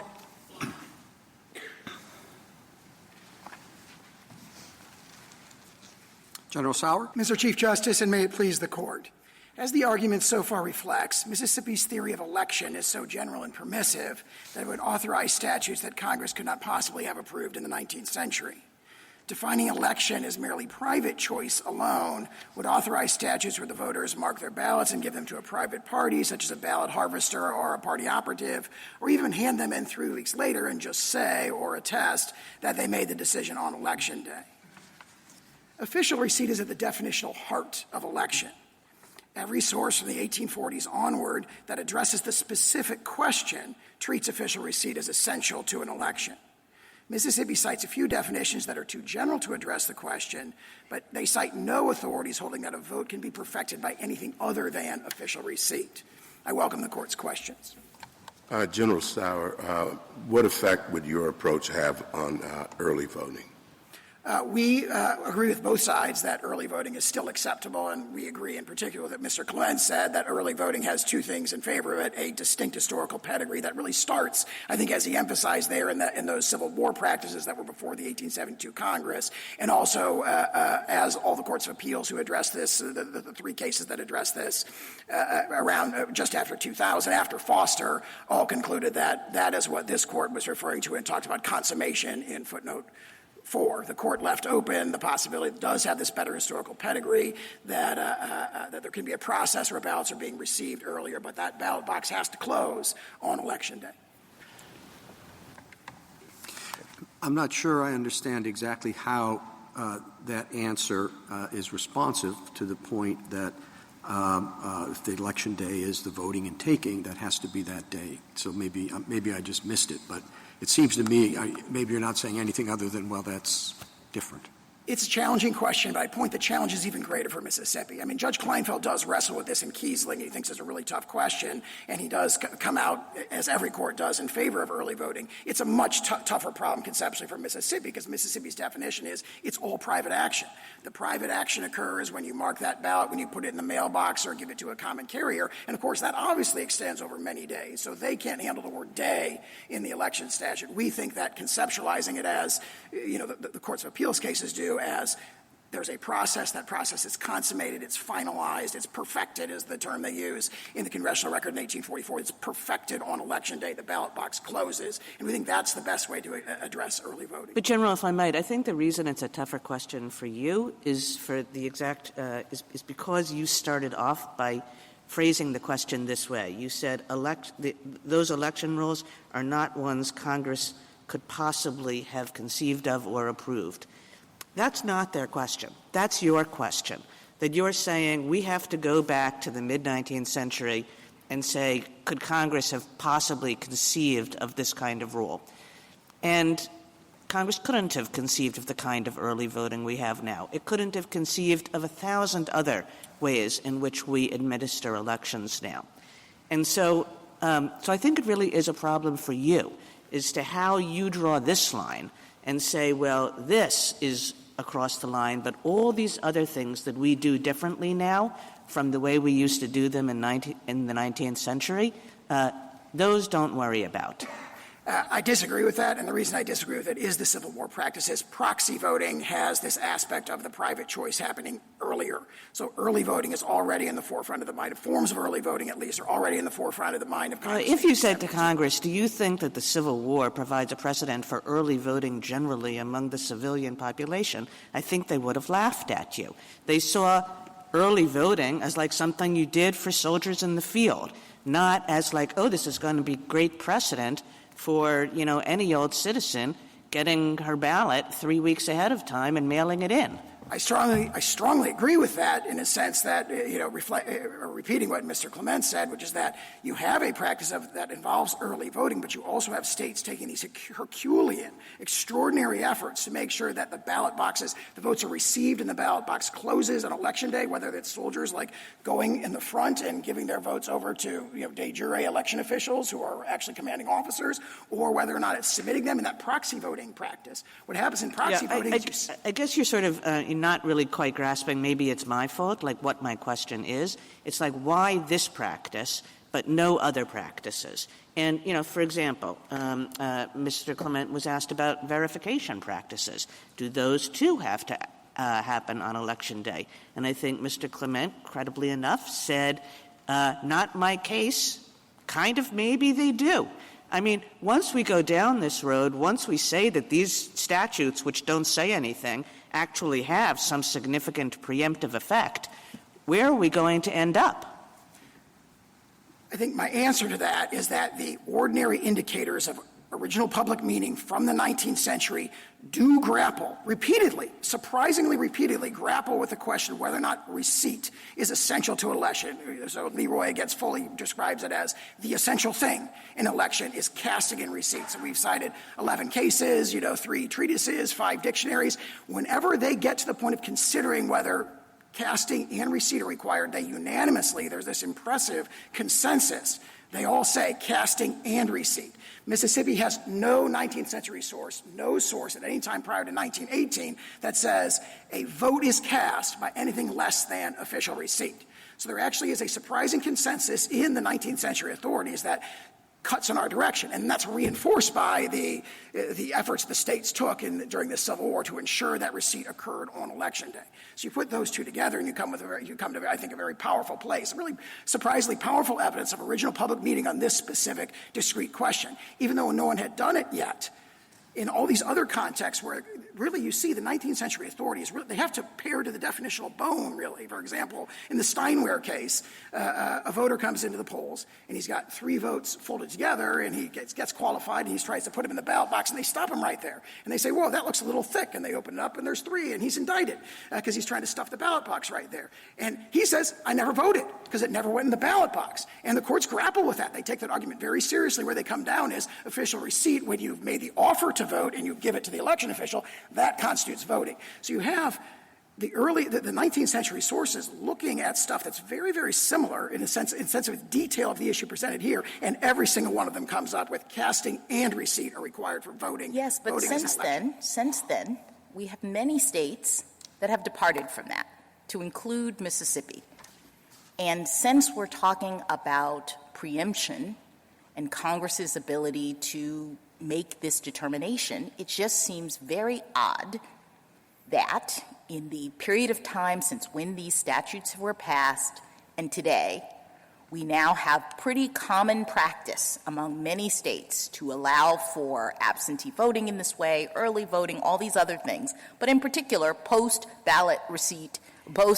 day ballot receipt deadlines. And Congress has not indicated, at least thus far, that it intended ever to preempt this, that it intended not to have the states make this determination. As far as I know, this kind of challenge hasn't even been brought. This has just been accepted.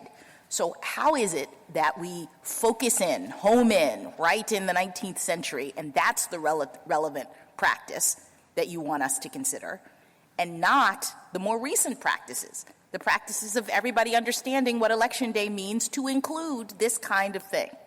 Mississippi admits that every single one of those examples occurs after the relevant period when all these statutes are enacted. So they are. But I guess I'm asking you, why is that the relevant period? I mean, we have lots of statutory interpretation scenarios in which Congress passes statutes, and I think it's rare that we interpret those statutes relative to the practices of the people who were affected by them at the time. I thought we normally do things like textualism. We look at the statute, and some of us, think about the legislative history and what Congress's intent was when we're interpreting the statute. I don't recall, and maybe we have, but I'm just, curious about this really heavy reliance on the 19th century understanding of the word Election Day, especially when we have a more recent understanding that has been implemented and Congress hasn't said anything about it. I would say the 19th century evidence of meaning is the best evidence of the original public meaning of the statutes at the time they were adopted, 1845. And you're saying that governs. We have to interpret Election Day, notwithstanding that Congress may have wanted states to experiment, that states have experimented and done other things. We are bound, you say, by exactly what Election Day people thought it meant at the time these statutes were enacted. By its original public meaning. And, of course, Congress was very concerned when it passed these statutes, 1844 or 1845 and 1872, about the exact thing that Mississippi's, or almost the exact thing that Mississippi would allow, which is staggered ballot receipt deadlines. Thank you, counsel. Justice Thomas. Justice Alito. Justice Sotomayor. Tell me what the act is that you think has to be done by Election Day by the official. Received or accepted? Received. All ballots have to be received, and the ballot box has to close on Election Day. The ballot box has to close. The proverbial ballot box. So what do we do, and I know you did this, and I am a little upset, not a little, a lot upset, by many of the statements in your brief, quoting historical sources out of context. But the Payne's Treatise on the Law of Elections to Public Officers, you claim, had a traditional rule was that the legal votes duly offered at the polls but not actually deposited in the ballot box cannot be counted. But I look to that treatise, and it says in some of the states that is the rule, but that in others, and also for the U.S. House of Representatives, the rule was the opposite. As Payne wrote, it was in 1888 an established rule of the House of Representatives of the United States that a vote duly offered and unlawfully rejected, so it wasn't accepted, at the polls, will be counted in a contest, even if not accepted by officials on Election Day. And we have another source you cite, the American and English Encyclopedia of Law. You selectively quote from that snippet that the, quote, act of voting was not complete until the ballot was deposited in the box. But it made very clear that that was only the rule in Alabama, while noting that other states allowed votes to be counted even if the officer may neglect to deposit the ballot in the box until after the close of polls. So it seems as if your rule is already historically destroyed at the time of these examples that you quote to us. I respectfully disagree, and I stand by exactly how we characterize those sources and all the historical sources in our brief. If you go to the Payne Treatise, and I think we refer to this in the very next sentence in our brief, the Payne Treatise says the traditional rule is it's got to actually be deposited. But then it notes later in the 19th century, some authority says, well, if they challenge your qualifications and they were wrong, as long as they received it. Either way, it's official. Receipt is what matters. The state has it in its custody. And, of course, now you're changing the definition. Well, we've said receipt. Receipt is the word that we've used. We've used that consistently, and that Payne Treatise points out that either way, whether it's got to actually be in the ballot box or officially received, official receipt is essential to an election, and so do all three of the treatises, all five of the legal dictionaries, including the one you referred to. Justice Kagan, Justice Gorsuch, Justice Kavanaugh, Justice Barrett, Justice Jackson. Thank you, counsel. Thank you. Rebuttal, Mr. Stewart. Thank you, Mr. Chief Justice. I'd like to do my best to make 3 points. First, there was a concession by Mr. Clement that I was surprised about because it seemed to be different from what he said in his brief. He said he'd have no objection to doing what the U.S. Solicitor General proposes on UOCAVA. I just want to briefly make clear, as we've said in our briefs, that if this Court agrees with the Solicitor General on UOCAVA, that means vacator would be required because the Fifth Circuit did not allow state laws allowing UOCAVA votes to arrive after Election Day. Second, I want to try to tie together some points that go back to Justice Barrett's questions, Justice Kagan's questions, Justice Sotomayor's questions, some other questions about 19th century history here. My friend, Mr. Clement, emphasized, the Solicitor General did as well, hey, those show that you needed ballot receipt. I think the key point to recognize there is that ballot receipt was not possible in the 19th century without somebody showing up in person and undergoing an on-the-spot qualifications check. If you need ballot receipt, you need those other things as well, and that's quite critical to the plain meaning in this case. I think the better view is that, hey, when people were holding elections in person at the time, naturally they were going to be receiving ballots on Election Day. That doesn't mean that that was required or baked into an election any more than in-person voting or on-the-spot qualification checks by fellow voters is baked into an election. I would add, Justice Sotomayor, you mentioned some things, Payne Treatise and otherwise. I would also say if you look at the Solicitor General's sources, they emphasize not just voter choice, but they also emphasize that at the time the method of making that choice was in-person, on-the-spot qualification checks, those kind of things. Those are not things you really see quoted or cited in the Solicitor General's brief, but they bear out what we've said about Mr. Clement's 19th century election codes. I'd say that also this history explains the Civil War receipt of absentee ballots. Mr. Clement alluded to the idea that states went to Herculean efforts to receive ballots on Election Day. That's not what they went to Herculean efforts to do. They went to Herculean efforts to hold elections effectively in person because that is the method of voting that people used at the time. That's why field voting was so dominant. And the other thing that states were trying to do at the time was to adhere to actual or perceived in-person, in-district voting requirements. So that's what they were doing. They were holding elections where people would cast ballots in person, which was the common standard way. And when that's happening, yes, naturally ballots are going to be received by Election Day. That did not make it a ripe issue or a settled issue. It did not decouple ballot receipt from ballot casting, but it did not foreclose that either. Last thing, I just want to refer to your neighbor again, Justice Gorsuch. I want to be clear. We have not made the argument for the neighbor to be allowed to cast ballots, but I will say that I would emphasize my friends do allow the neighbor to cast your ballot. The neighbor just needs to be designated, I think, as Mr. Clement put it, cloaked with government authority. It's quite something for a neighbor, a party boss, some bad actor to be able to become a ballot receiver just because they're cloaked with state authority. If that's allowed, then I don't see why the historically recognized for 100 years method of casting a ballot through the mail would not be equally legitimate, especially when the federal government itself is perfectly fine with that method, and Congress has been fine with that method for United States tax returns, which carry huge civil and criminal consequence, also are very critical on deadlines. I think the best way to resolve this case is to come back to the text, history, and precedent, which we've said many times, just does not decide the key issue. This is ultimately a federalism case. The question is whether, as I think Justice Jackson put it, did Congress in 1845 block states from adopting a practice that no one had wide reason to consider at the time? Congress wasn't thinking about it. It didn't decide that. It didn't wall states off from doing that. We ask the court to reverse. Thank you. Thank you, counsel. The case is submitted.